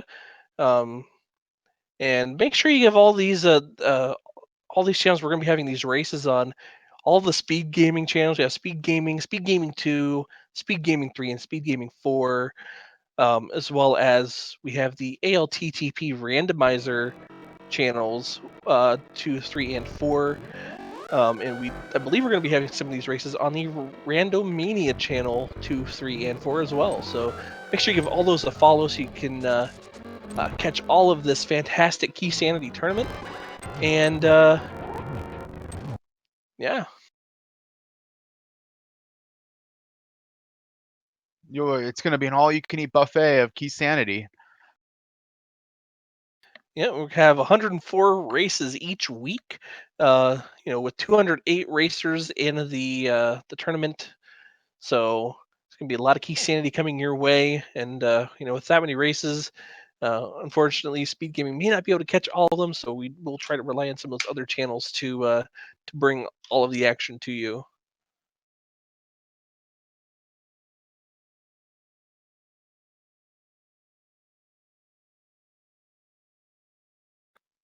Fusel's working pretty hard behind the scenes right now to get us back up and running. All right, I think we are back. I believe we are. All right, so catching back up with the action here. Looks like we have Buane and Palace of Darkness. Looks like he does have that pod big key. Just looking now, it looks like he did pick up the Turtle Rock big key as well. And see that marked on the tracker. I'm not quite sure where he picked that up. But I think at this point, we're just looking for the Desert Palace big key.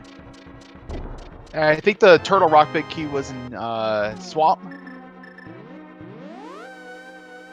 Okay. And the last small key to Turtle Rock was on Helmosaur, so at this point, I think it's pretty safe to say that the Desert Palace key is going to be in Turtle Rock, likely on that laser bridge. What do you think? I think that's a pretty safe bet at this point. There's really not else where it could really be.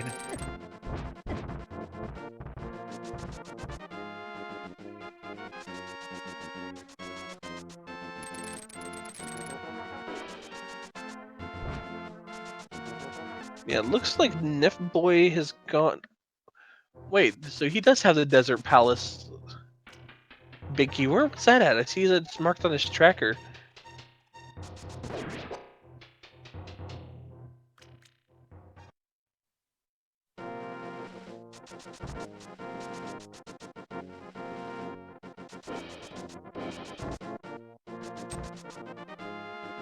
Oh wait, there we go. It looks like it. So he doesn't have that key yet, but yeah. And also, I do want to thank everybody here for sticking it out through those technical difficulties. We do appreciate your patience. Also, thank you to Fiesel for getting that worked out really quickly.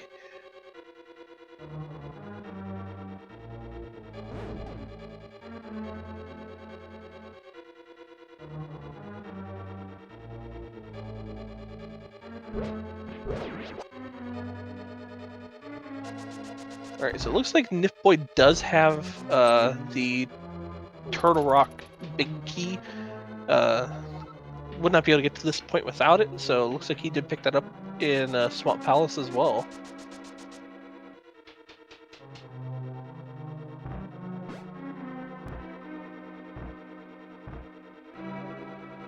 At this point, what's left? We do have the Ganon Tower big key.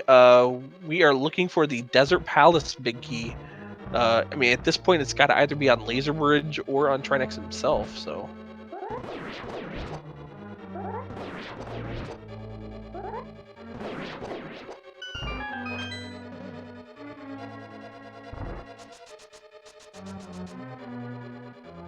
All right, first chest, just a bundle of bombs. The second chest, big 20. And there it is. There's Yep. Desert Palace big key. We are now, I believe we are in go mode now. Well, no. Did Nifboy pick up the big key to pod from Sahasrahla? I'm looking on a stream right now.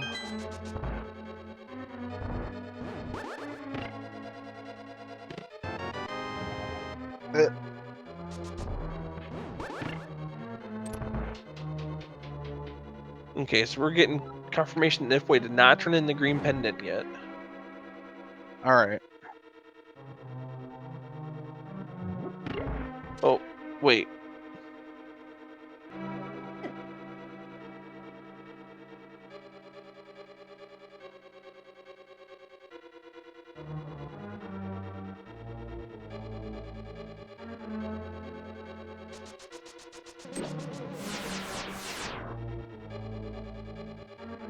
So do we have it or not? I'm not sure at this point either. Well, one thing we do know is that OPTLawyer does have the big key for Turtle Rock. Unfortunately, I think he's still missing a small key. Meanwhile, looks like I don't know. Does Captain Duck have the big key? I don't think so.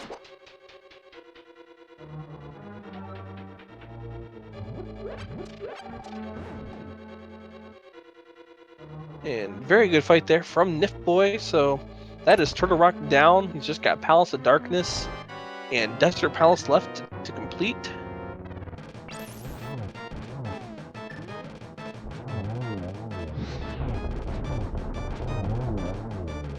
And man, that Butter Sword showing its power there against Trinex, being able to take down those heads in just 3 swipes.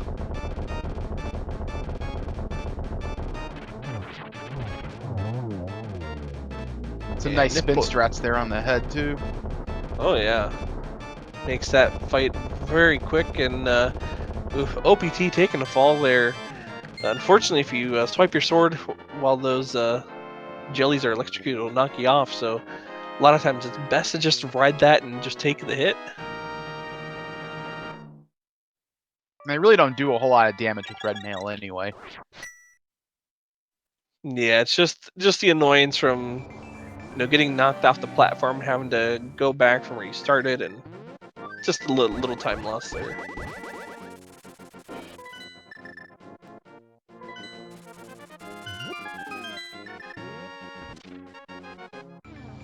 And meanwhile, we have Buane, who is officially in go mode. It's been in go mode here for just a minute or so.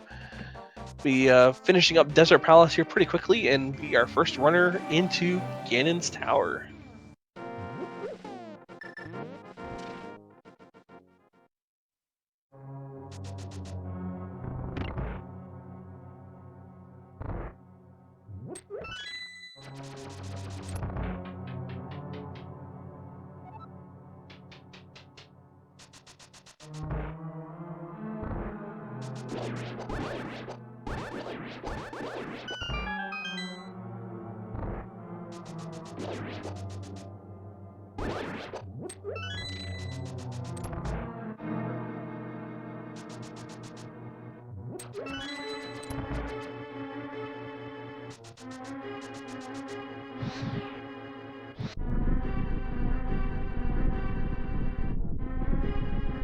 Alright, and Butter Sword, Silver Arrows, and Fire Rod. All those can make this fight pretty quick.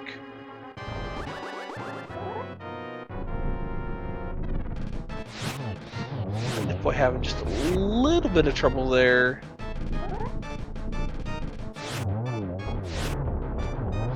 Meanwhile, Buane takes out the Land Molus pretty easily, and now has all the crystals he needs. We will be going into Ganon's Tower. Check out that sink. Oh yeah, just a couple seconds apart. Unfortunately, Nifboy is gonna have to check a bit more first, but Yeah, he's got to give that green pendant to Sahasrahla. He may. Where's he headed now? it's a very good question.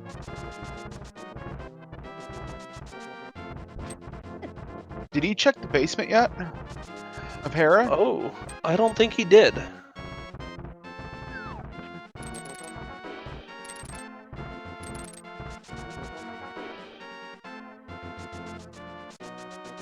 So we'll be seeing Tower of Hera basement, and hopefully, if he doesn't make a return trip to Pod, he'll drop off the green pendant while he's there.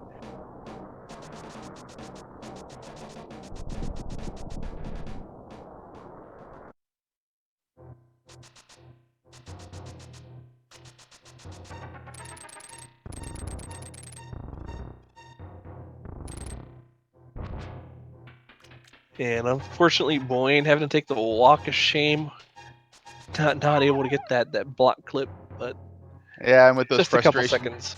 Yeah, those slashes to kind of indicate that he wasn't too happy about that, but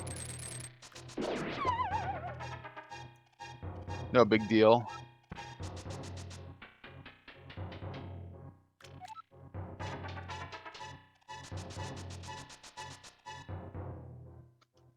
And nifboy can take a bit of a relaxing break here. Don't know how relaxing it's going to be because he's still looking for that Pod Big Key. And he's not going to be happy with what he sees in the basement. Oh, definitely not. All right, we do have Buane going into Ganon's tower now. This is normally where we do our Ganon's tower big key guessing game, but we already found it, so tough luck, friends.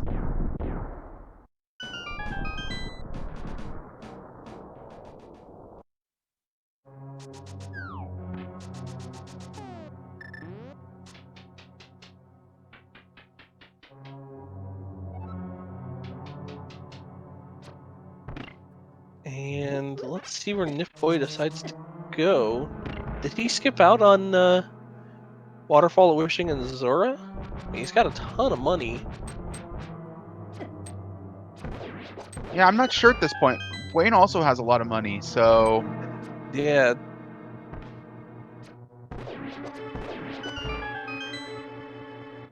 Yeah, Keysanity can scramble my brain at times, so.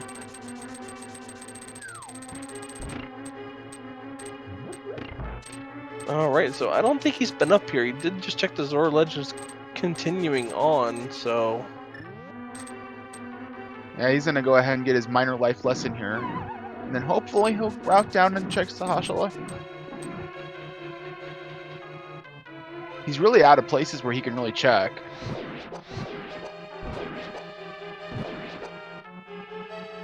Meanwhile, Buane making very quick work of this gauntlet. Yeah, and nifboy kind of demonstrating his frustration with Zora there.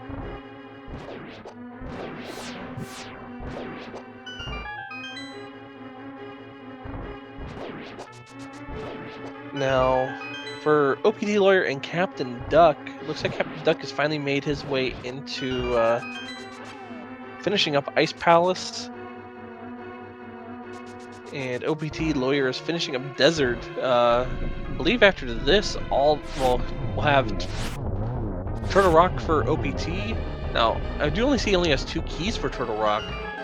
I can't quite remember where he picked those ones up. I don't know. I forget where the last 2 that he needs are.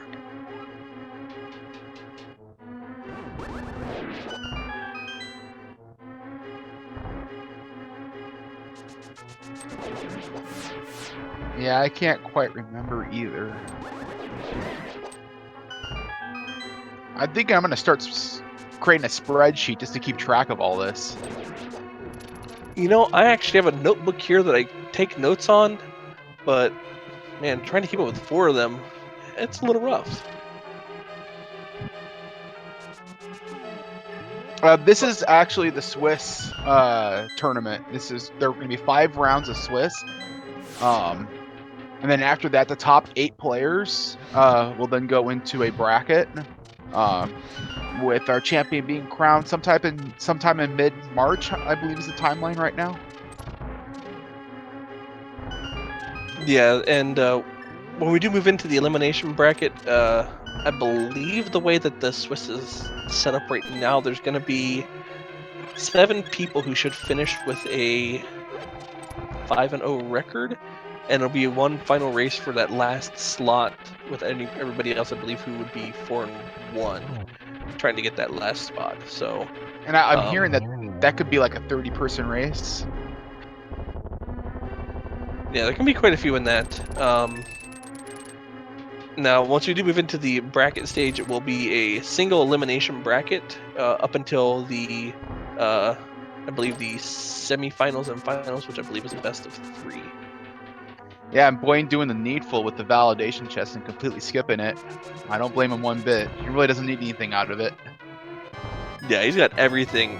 It's got his half magic, butter sword, silver arrows. Ganon's gonna go down like I don't even know. It's gonna go down. It's gonna go down fast.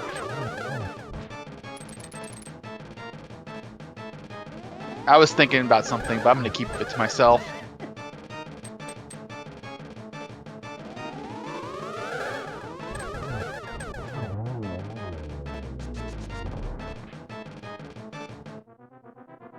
And I mean, all in all, the race between Buane and Nifboy hasn't been. I mean, they aren't that far apart. It's just just a few minutes. So fairly close race. Looks like unless something catastrophic happens, Buane will pull out and get the win here.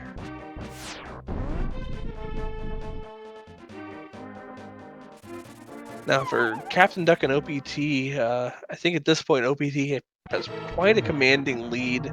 He's got several more dungeons completed than Captain Duck. But I think once Captain Duck finds these last few items, he'll be able to chain these dungeons pretty quick.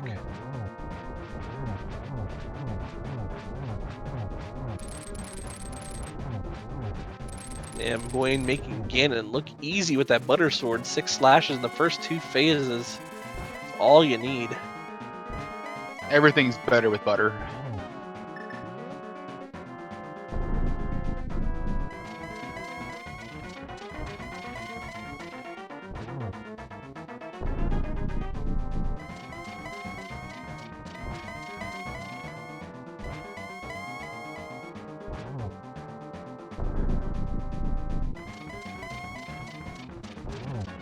And just like that, we are on to phase 4.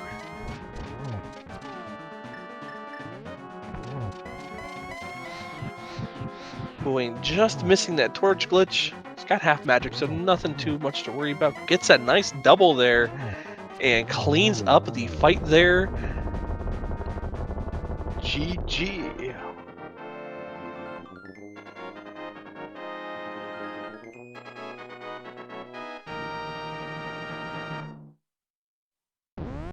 And with that, Buane has done with an official time of 2 hours, 9 minutes, and 0 seconds. GG to Buane.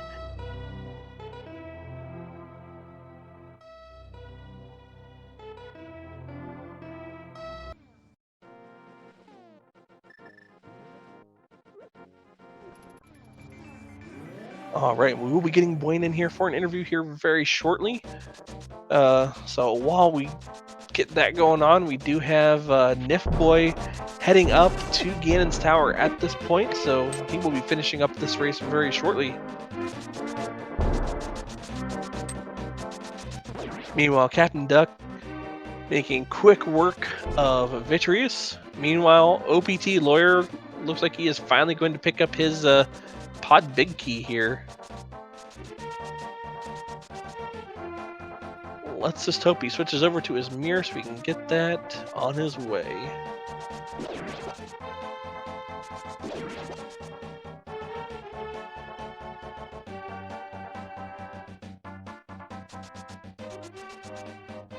And he skips over Sahasrara. Oh boy. Not gonna get that green pendant or the big key for a pod.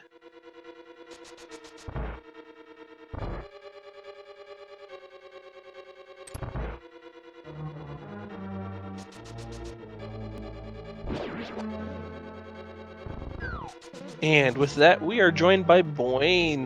GG, sir. Thank you. How are you guys doing? Oh, Pretty I'm well. doing good. How are you feeling after that race? I don't know whether to be angry or happy that I hadn't forgotten something, because that was the feeling going into Swamp there to check that chest. I hope this is something, otherwise I'm totally lost.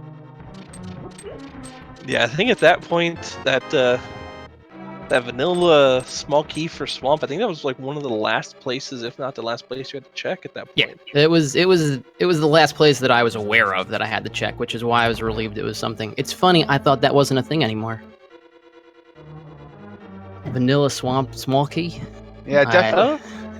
I think they reduced the probability of it happening. 'Cause I think it was something like a 10% chance that small key could be there. I think they reduced the probability of that happening, but didn't quite get rid of it. Yeah, well, of course it's still possible. It's just, it's not the 9 or 10% chance that it was. And when we were on the last version, because of that 10% chance, you would normally route that in if you were in that area and you had the mirror and you had the flippers, just in case it was the vanilla swamp key.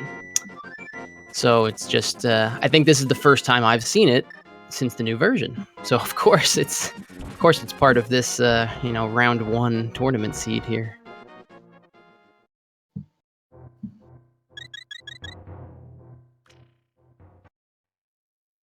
So, what are your thoughts on the seed overall today? Pretty standard for Keysanity, or just a little bit much? It was nice that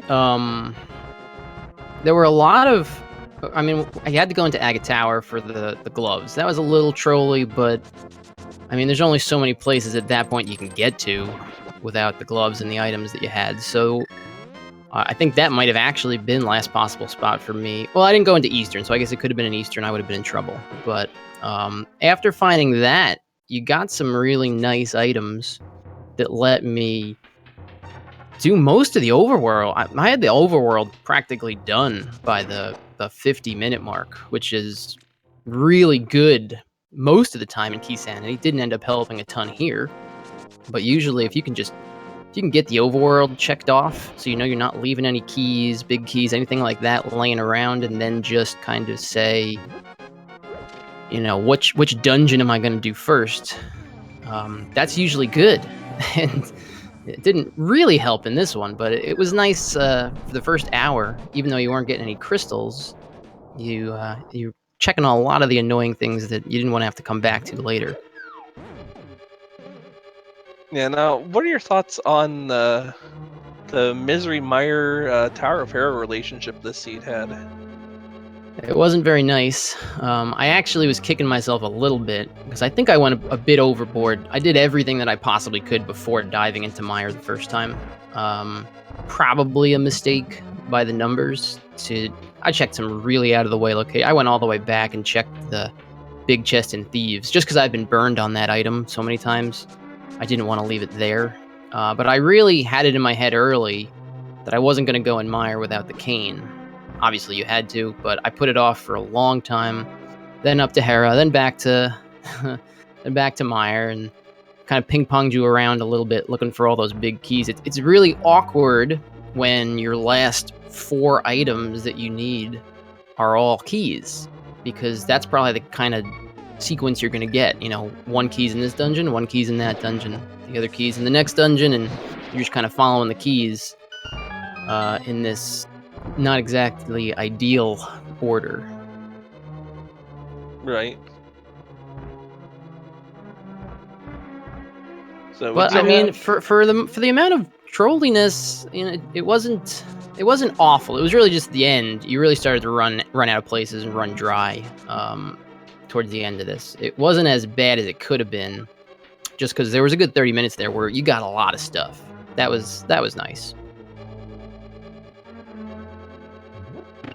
Yeah, and just to give you an update, looks like Nifboy is on their way into the Agate 2 fight. So it was a fairly close race between you two. Looks like it'd be about maybe 10 minutes apart, which for a Keysanity seed is pretty darn good. Yeah, especially because you could have You could have been doing the wrong things a lot. Now, I think that's where the items helped. The items let you route this in a pretty efficient manner, even if the overall seed routing was going to turn inefficient.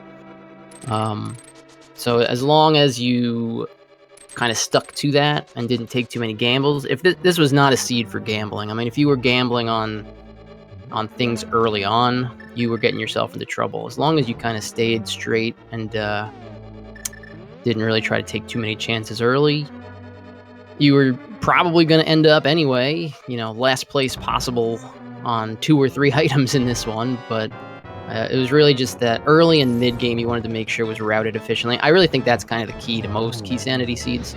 Make sure that you're routing efficient early, and you'll be pretty safe. Yeah, efficient and consistent, I think, are the 2 biggest things with routing for Keysanity. Definitely helps to have that early mirror, early Titan's mitts, relatively early Titan's mitts. That's always a plus for Keysanity. So we have an update here. Nif is in Ganon. About ready to take him down. Yeah, and then the other race we have here, OPTLawyer is still looking for that pod big key. He has everything else. He's cleared every other dungeon, just finished up Trinex. So just gotta go turn in that pendant. And I think Captain Duck may be a little bit lost. He's going up to fight Aga 1 at this point, which at this point there's really no reason to do so. It doesn't really open up anything.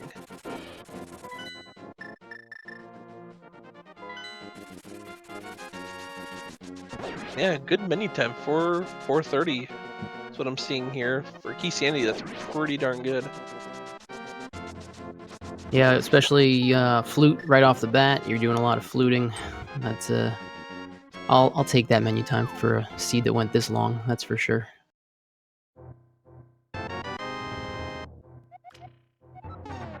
And OPTLawyer bombing Sahasrahla, getting that green pendant. Little does he know, he's quite a bit ahead of Captain Duck here. Unfortunately, Captain Duck still has 5 dungeons to clear. And with that, Nifboy takes down the big blue pig. So I find it interesting that Captain Duck is actually doing Aga 1.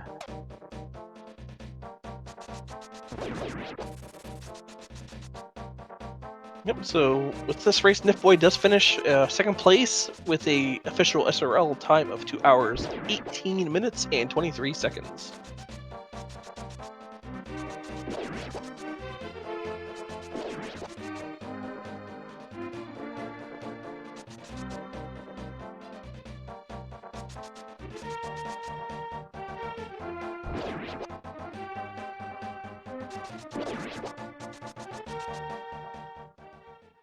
All right, we'll be joined here by Nifboy in just a moment. And here he is. Hello, Nifboy. Hey, how's it going? Doing great. Congratulations on finishing that seed. How are you feeling? I hope you all enjoyed that vanilla swamp key, because I sure didn't. I don't think anybody did. So how's everybody else doing on stream? Oh, well, I'm sure you saw Buane did finish about 10 minutes ahead of you as your opponent. As of right now, we do have the other race going on between OPTLawyer and Captain Duck. OPTLawyer does have a pretty sizable lead, is getting ready to go finish off Hellsort, and we'll be heading to Ganon's Tower. Meanwhile, Captain Duck is, I think, a bit lost right now. Still has about 5 dungeons to complete. Yeah, this is that kind of seed. Definitely not an easy seed at all. When I had 3 big keys, it's like, oh, I'm on the big key hunt. Great, this is gonna go swell. And sure enough, it went really bad. Yeah. Yeah, well, it seems like once you found that, the Swamp Palace small key there in its vanilla location, that everything just kind of streamlined right towards the end. Not really, because like, oh hey, Hera small key, let's check that. Nope. Oh hey, I forgot to do Zora. Nope. And So- Captain Duck finds that small key in swamp. Yep, slashing that that butter sword for about 10 seconds there. Alright, well, thanks for having me. I will let you guys get to the race. All right, and before you do head out, do you have any final thoughts? Anything regarding the seed or the Keysanity tournament in general? I thought they fixed that. I guess it is still possible. Oh well. Pretty sums up everything. Alright, have a good day. Thank All right, you. take care, and good job on your race today.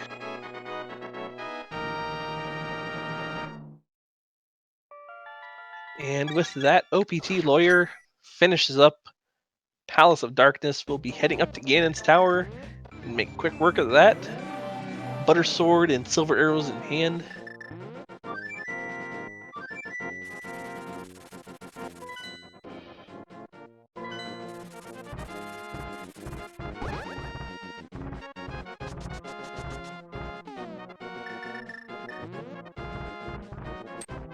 So, Buane, while you are here, what is your thought on the Keysanity mode in general? I'd like it as a change of pace from open standard. I enjoy it probably more than others. I think a lot of times, while you can get a really tough seed, and this was a really tough seed, just with a couple of these locations, there were not a lot of logical ways to have a good time on this seed. But it's somewhat more relaxing sometimes to race, just because you're going into it with this expectation. I'm basically full clearing for probably 90 minutes.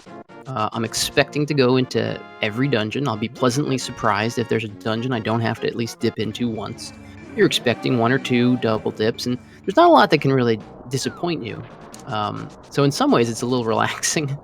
You do have to, getting ready for the tournament, play a lot of seeds in a row, and that can kind of wear out when you're playing just nothing but Keysanity. But I enjoy the mode probably more than the average runner, I'd say. Just given some of the other reactions you have when people first start picking up the mode, or go back to it to give it a second or third chance and come away saying, nope, I was right the first time. Yeah, I'm a huge fan of the Keysanity mode, simply because it kind of rewards, checking multiple locations that like an open mode or like a standard open mode you might not check in all these dungeons. So it almost rewards a full clear, which for me and my playstyle I really like. Yeah, it rewards being efficient. It rewards, just not forgetting anything. If a lot of people are either using a map tracker or they're keeping their locations in their head.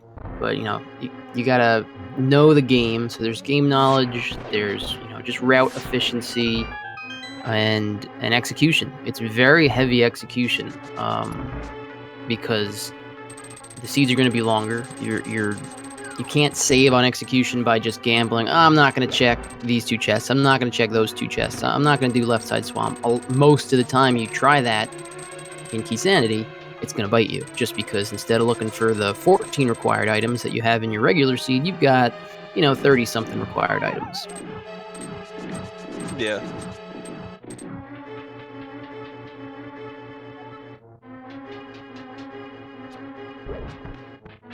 Plus, most of the seeds, you don't even have to go into Ganon's Tower. You just get to go mode Ganon's Tower. That's always fun.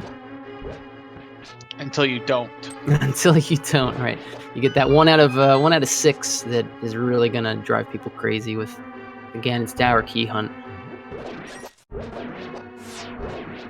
But hey, chat loves those, so. Oh yeah. Viewers always love it when the seed trolls the runners. And to be quite honest, they're a lot of fun to commentate on as well. So Yeah, I'm no hypocrite. I like watching it troll runners too when they're not me. yeah, as long as it's not me, right? It's like so some of these seeds I watch, and it's like I'm so glad that I'm not running this seed. Like this seed, if I would have raced this seed earlier today, I probably would have been really frustrated with it. I'd say probably every frustration sword slash was well placed. Oh yeah. But we do have OPTLawyer heading into Land Molus 2 here. Meanwhile, Captain Duck is finishing up Swamp Palace. Doing some silver strats and Lamolas. At least gets one of them. Be kind of hard to time. Yeah, it can be a bit difficult to time if you powder that bunny beam. Kind of throws the timing off there.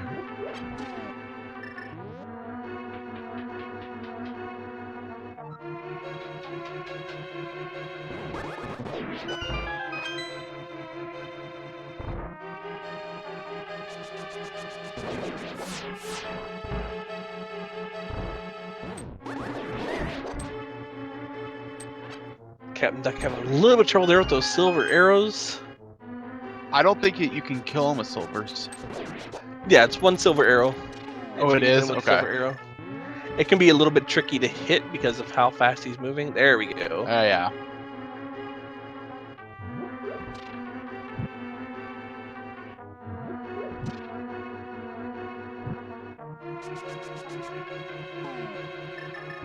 Now, hopefully, Captain Tuck decides to go to Sahashala.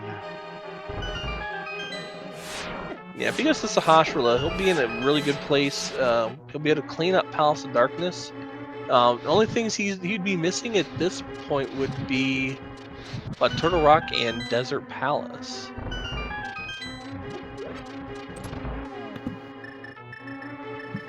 The funny thing about this situation is OPTLawyer has got to be expecting a dot done any second with the way the seed is gone.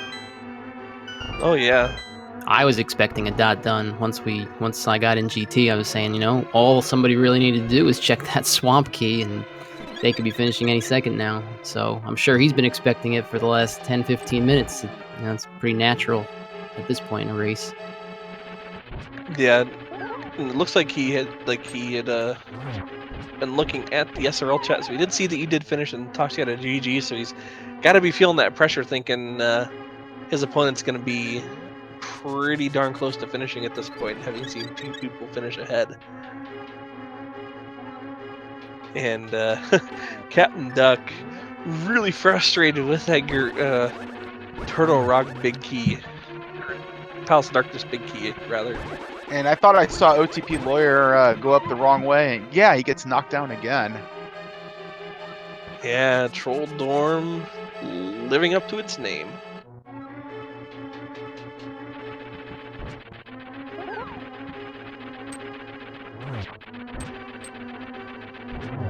There we go. Third time's a charm.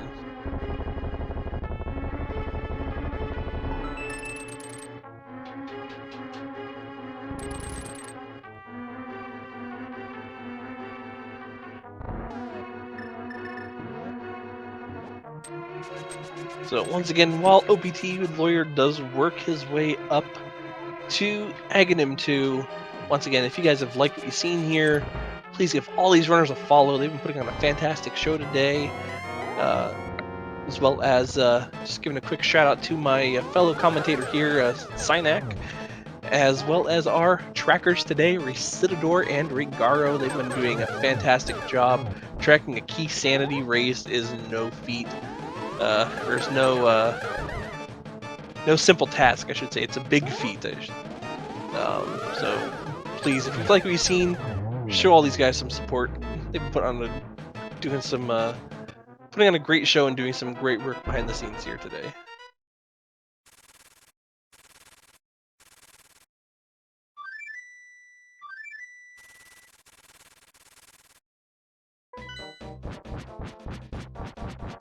And just like that, OPT is heading down into Ganon.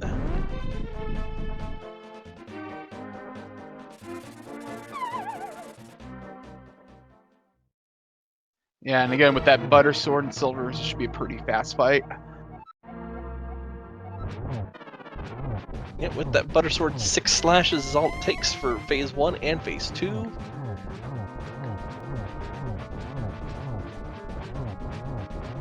Get those cape strats as well.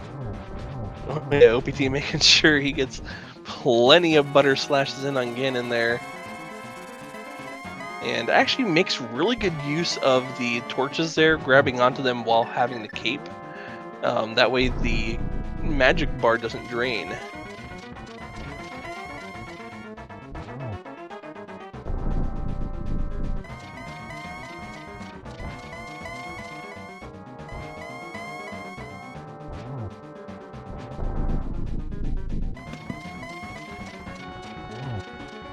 And just like that, we are into phase 4 of Ganon. 4 silver arrows will do the trick. Oh, barely misses that torch glitch there. That can be a bit trickier with the fire rod.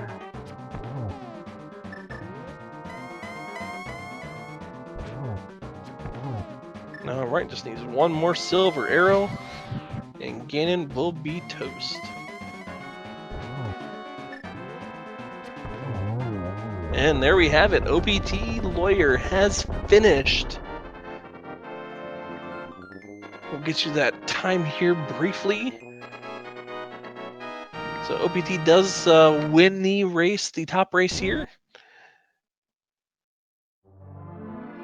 And OPT does finish with an official SRL time of 2 hours, 32 minutes, and 39 seconds. GG to OPTLawyer. Let me see if we can go ahead and get him in here for an interview.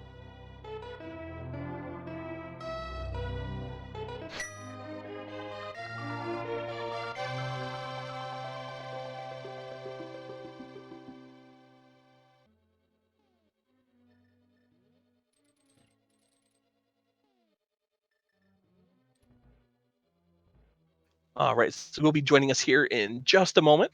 Meanwhile, Captain Duck making their way through Palace of Darkness, heading down to Helmsor. So he should be finishing up this dungeon here very shortly.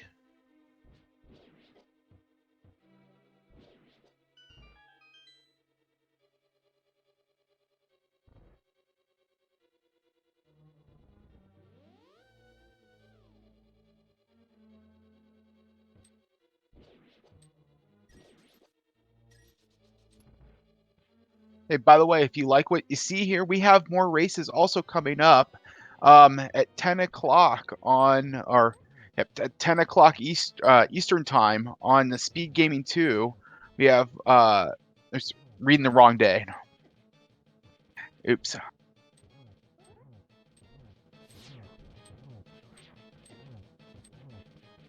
So at 10 o'clock, 10 o'clock on Speed Gaming 1, we have Chex Human versus Sir Beater of Arse. That's his name. And that'll be on Speed Gaming. On Speed Gaming 4, we have Aaron Dobby and Keong. They're together, and then we also got a race at the same time with Hashel and Dan Incarnate. And with that, we are joined by the legendary man of the bow tie, OPTLawyer. GG on winning your race. Yeah, I'm just happy because like 3rd place is the best I've ever done in an SRL race before. Yeah, that's I mean, you put on a pretty good race here. What are your thoughts on the seed overall? Well, I hate Swamp Palace. I hate Swamp Palace a lot, and I really hate Ice Palace. And all the items seem to be in those 2 places. Not all of them, but boy.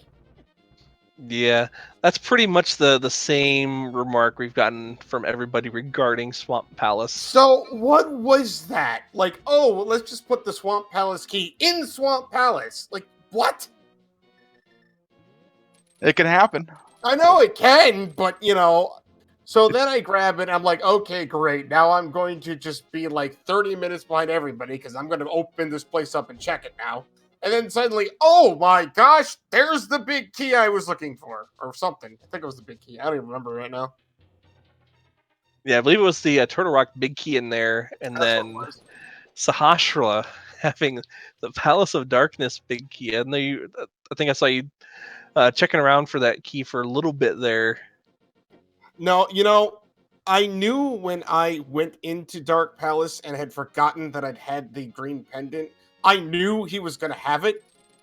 And I'm just like, no, it'll be inside here. And then it wasn't. And then I'm like, okay, I'm just going to go beat Trinex and maybe he's got it. And the moment he had the red boomerang, like, well, that's it. I screwed up. Like, I knew exactly where it was then. Yeah.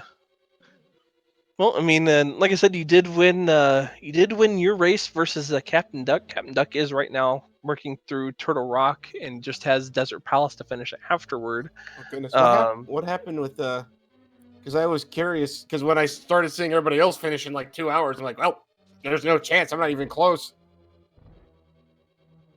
with Captain Duck, it seemed like they were going into dungeons they couldn't finish, or was checking, pretty much holding off on dungeons altogether. I want to say when everybody else in this race had 5 and 6 dungeons complete, I think Captain Duck had 1 or 2. Gotcha. But I mean, overall, it's still not a bad race from anybody here. The seed was definitely not kind. Oh, I screwed up Ice Palace something fierce. Number one, I forgot to do the Ice Palace bomb jump to start because I forgot I didn't have the Can of Samaria. Then after that, when I realized, oh crap, I think it's just going to be faster if I go back to the start and then just go from there, I didn't back out to see what it was because I wouldn't have beaten Cold Stare at that point. I would have just left if I had seen it was the blue pendant. I realized that about a third of the way back into the palace. I'm like, well, now it's too late to go back because that would just be stupid. I should have realized that was a pendant dungeon too, because there was 2 really important items in there, and you can't have 2 really important items in a crystal dungeon. Yeah, but I think it kind of worked out in your favor to just continue on going through there because looking for that Palace of Darkness big key. I mean, that at some point would have probably been something that weighed on your mind, whether Ice Palace or even the Swamp Palace small key. At that point, I'm like, you know what? I've invested so much gosh darn time into this place. I'm just gonna beat it. I don't even care anymore.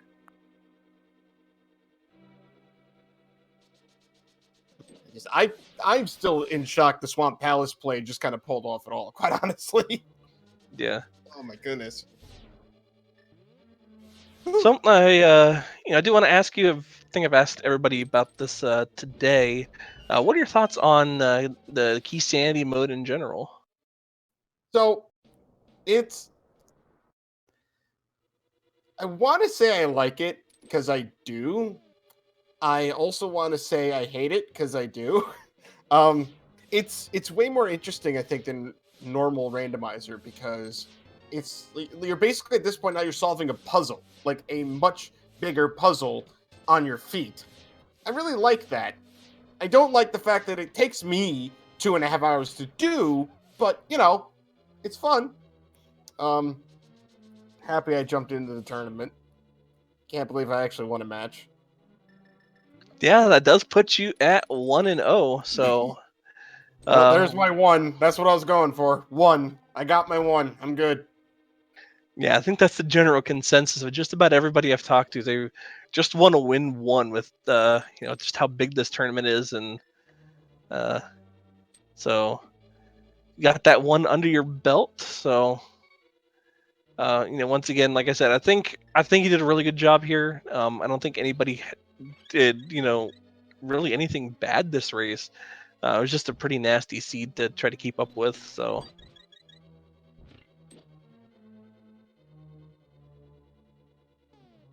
So any thoughts moving on into your matchup next week? No, not at all. My thoughts are, oh my gosh, I have to do this 4 more times. Yeah, but it's all fun. No, it is. It is absolutely. It's great. I'm just sitting here thinking like, we've got 4 more of these to go. Okay. Oh boy. But no, it's fun. It's fun. Keysanity it's nice because it's one of those things that's nice to kind of get away from the monotony of normal randomizer. I don't know if it's something I'd ever do as a normal thing.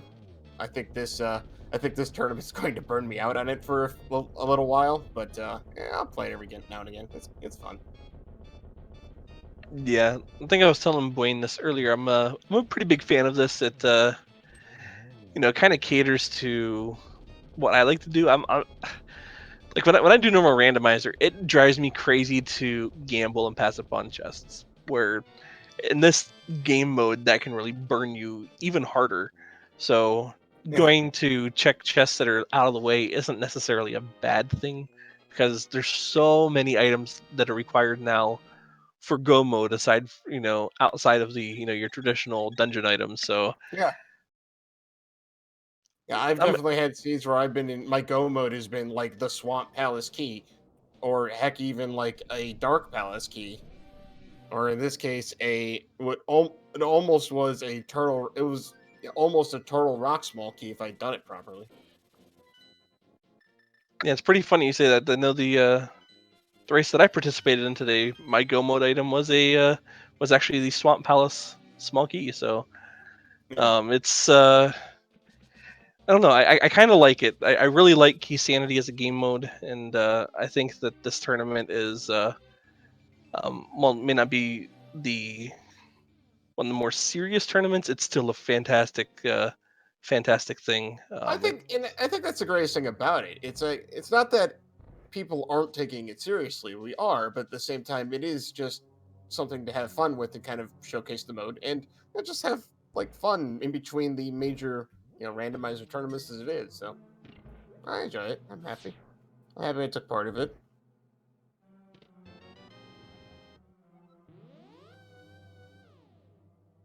All right, so we do have Captain Duck. They did pick up their Desert Palace big key. All we have left to finish now is Land Molus and head on up to Ganon's Tower. So should be seeing this race wrap up here very shortly, probably within the next 10-15 minutes here. Well, give Captain Duck give Captain Duck my best for me, if you'd please. I do need to head off. All right, well, it was great talking with you, and good luck on your race next week, and congratulations on the win today. Thank you, thank you, thank you.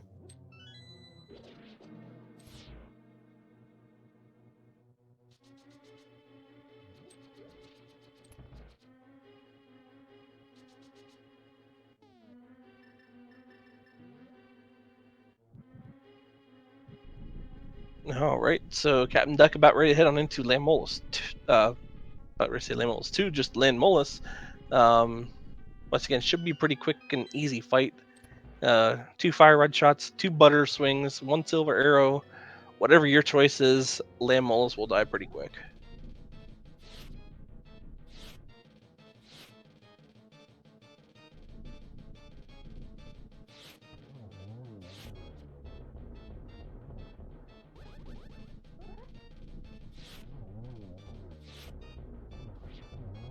And there we have it. Captain Duck picking up his 7th crystal will now be going on up to Ganon's Tower.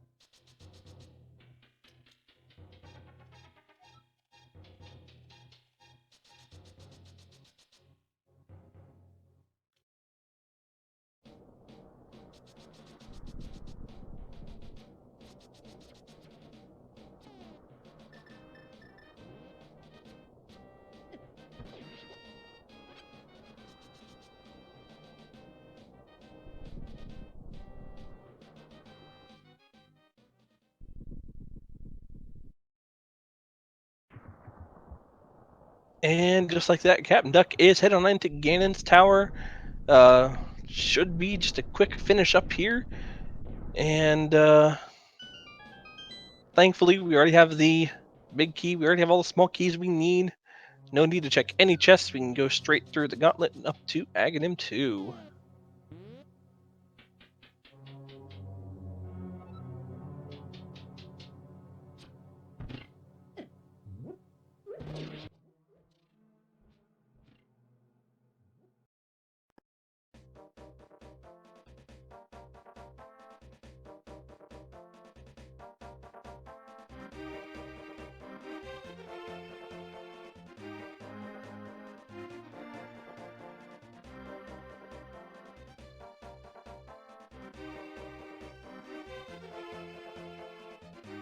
Alright, having just a little bit of trouble here with the mimics. There we go.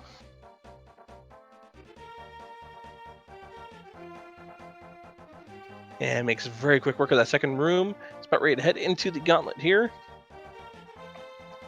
After, of course, the dreaded cannonball hallway there.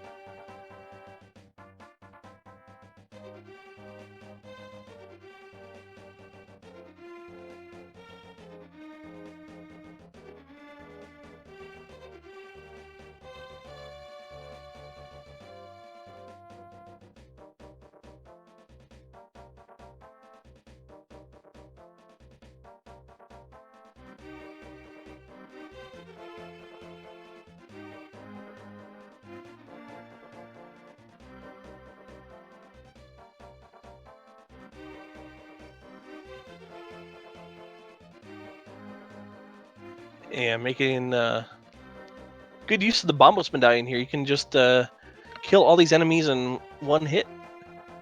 It's kind of a safe strategy for going up the gauntlet. Don't have to worry too much about enemies getting away from you. So definitely a good tactic to use if you don't want to try chasing down enemies.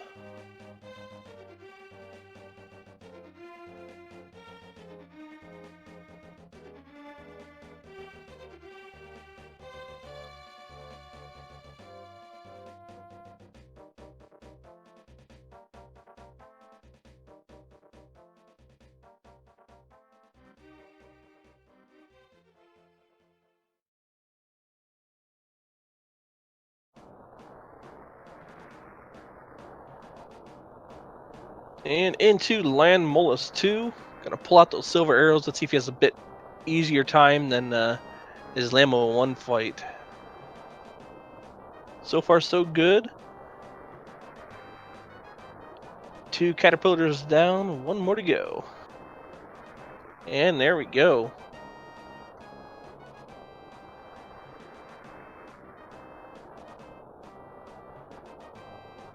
Yeah, unfortunately, he didn't use a fire rod, or else it would have made some fried caterpillar jokes.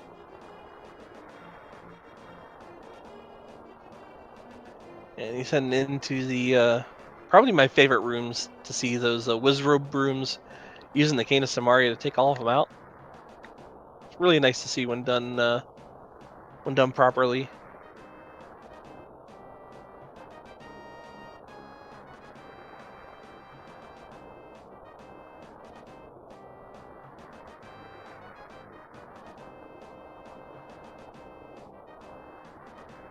Now he's gonna go ahead and light the torches here.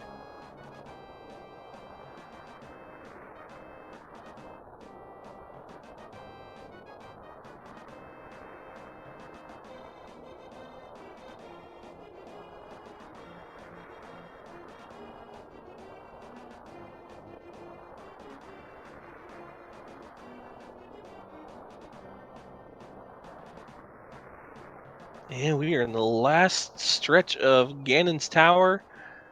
Got Moldorm 2 to take on, and then Aghanim, and of course Ganon.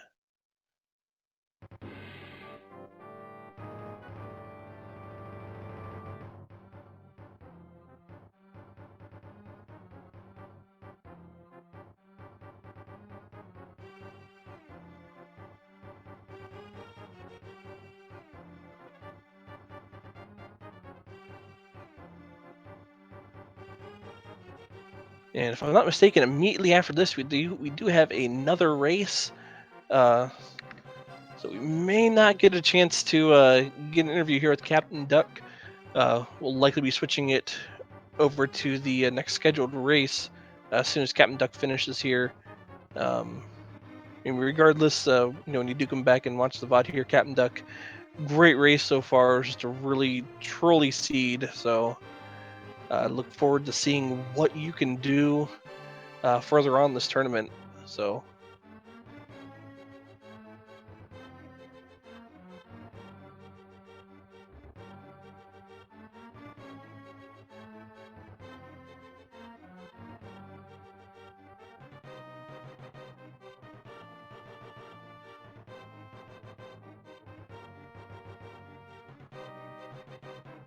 And gets the double on the first part here of Aghanim, and a triple. Very, very good fight from Captain Duck.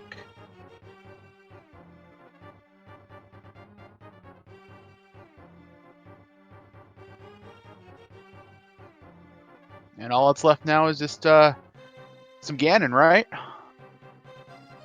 Yep, we got what? 20 slashes of that sword.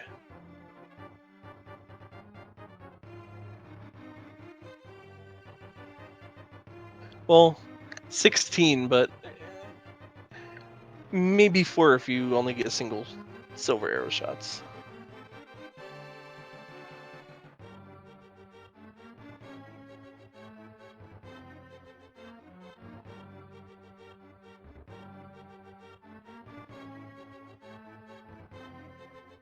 Some there very nice hook shot dodges there.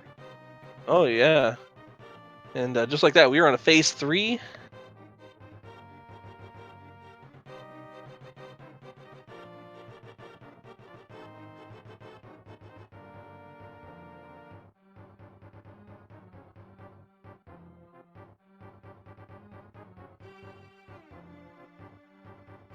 It's not the trolliest Ganon ever when it comes to warps, but still getting a few out of them.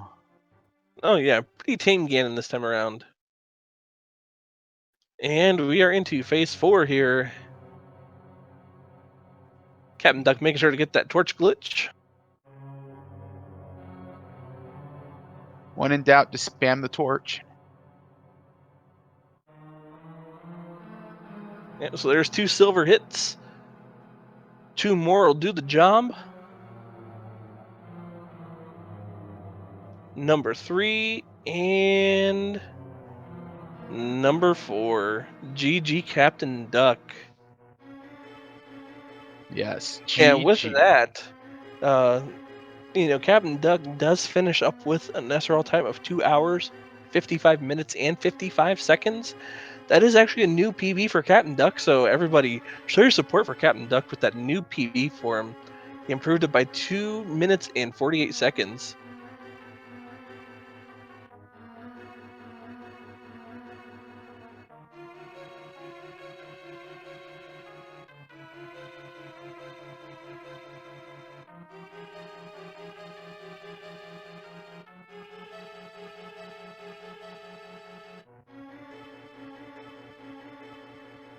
And with that, we're going to go ahead and get everything wrapped up here pretty quickly. We do have another race that's supposed to be starting here in just a moment.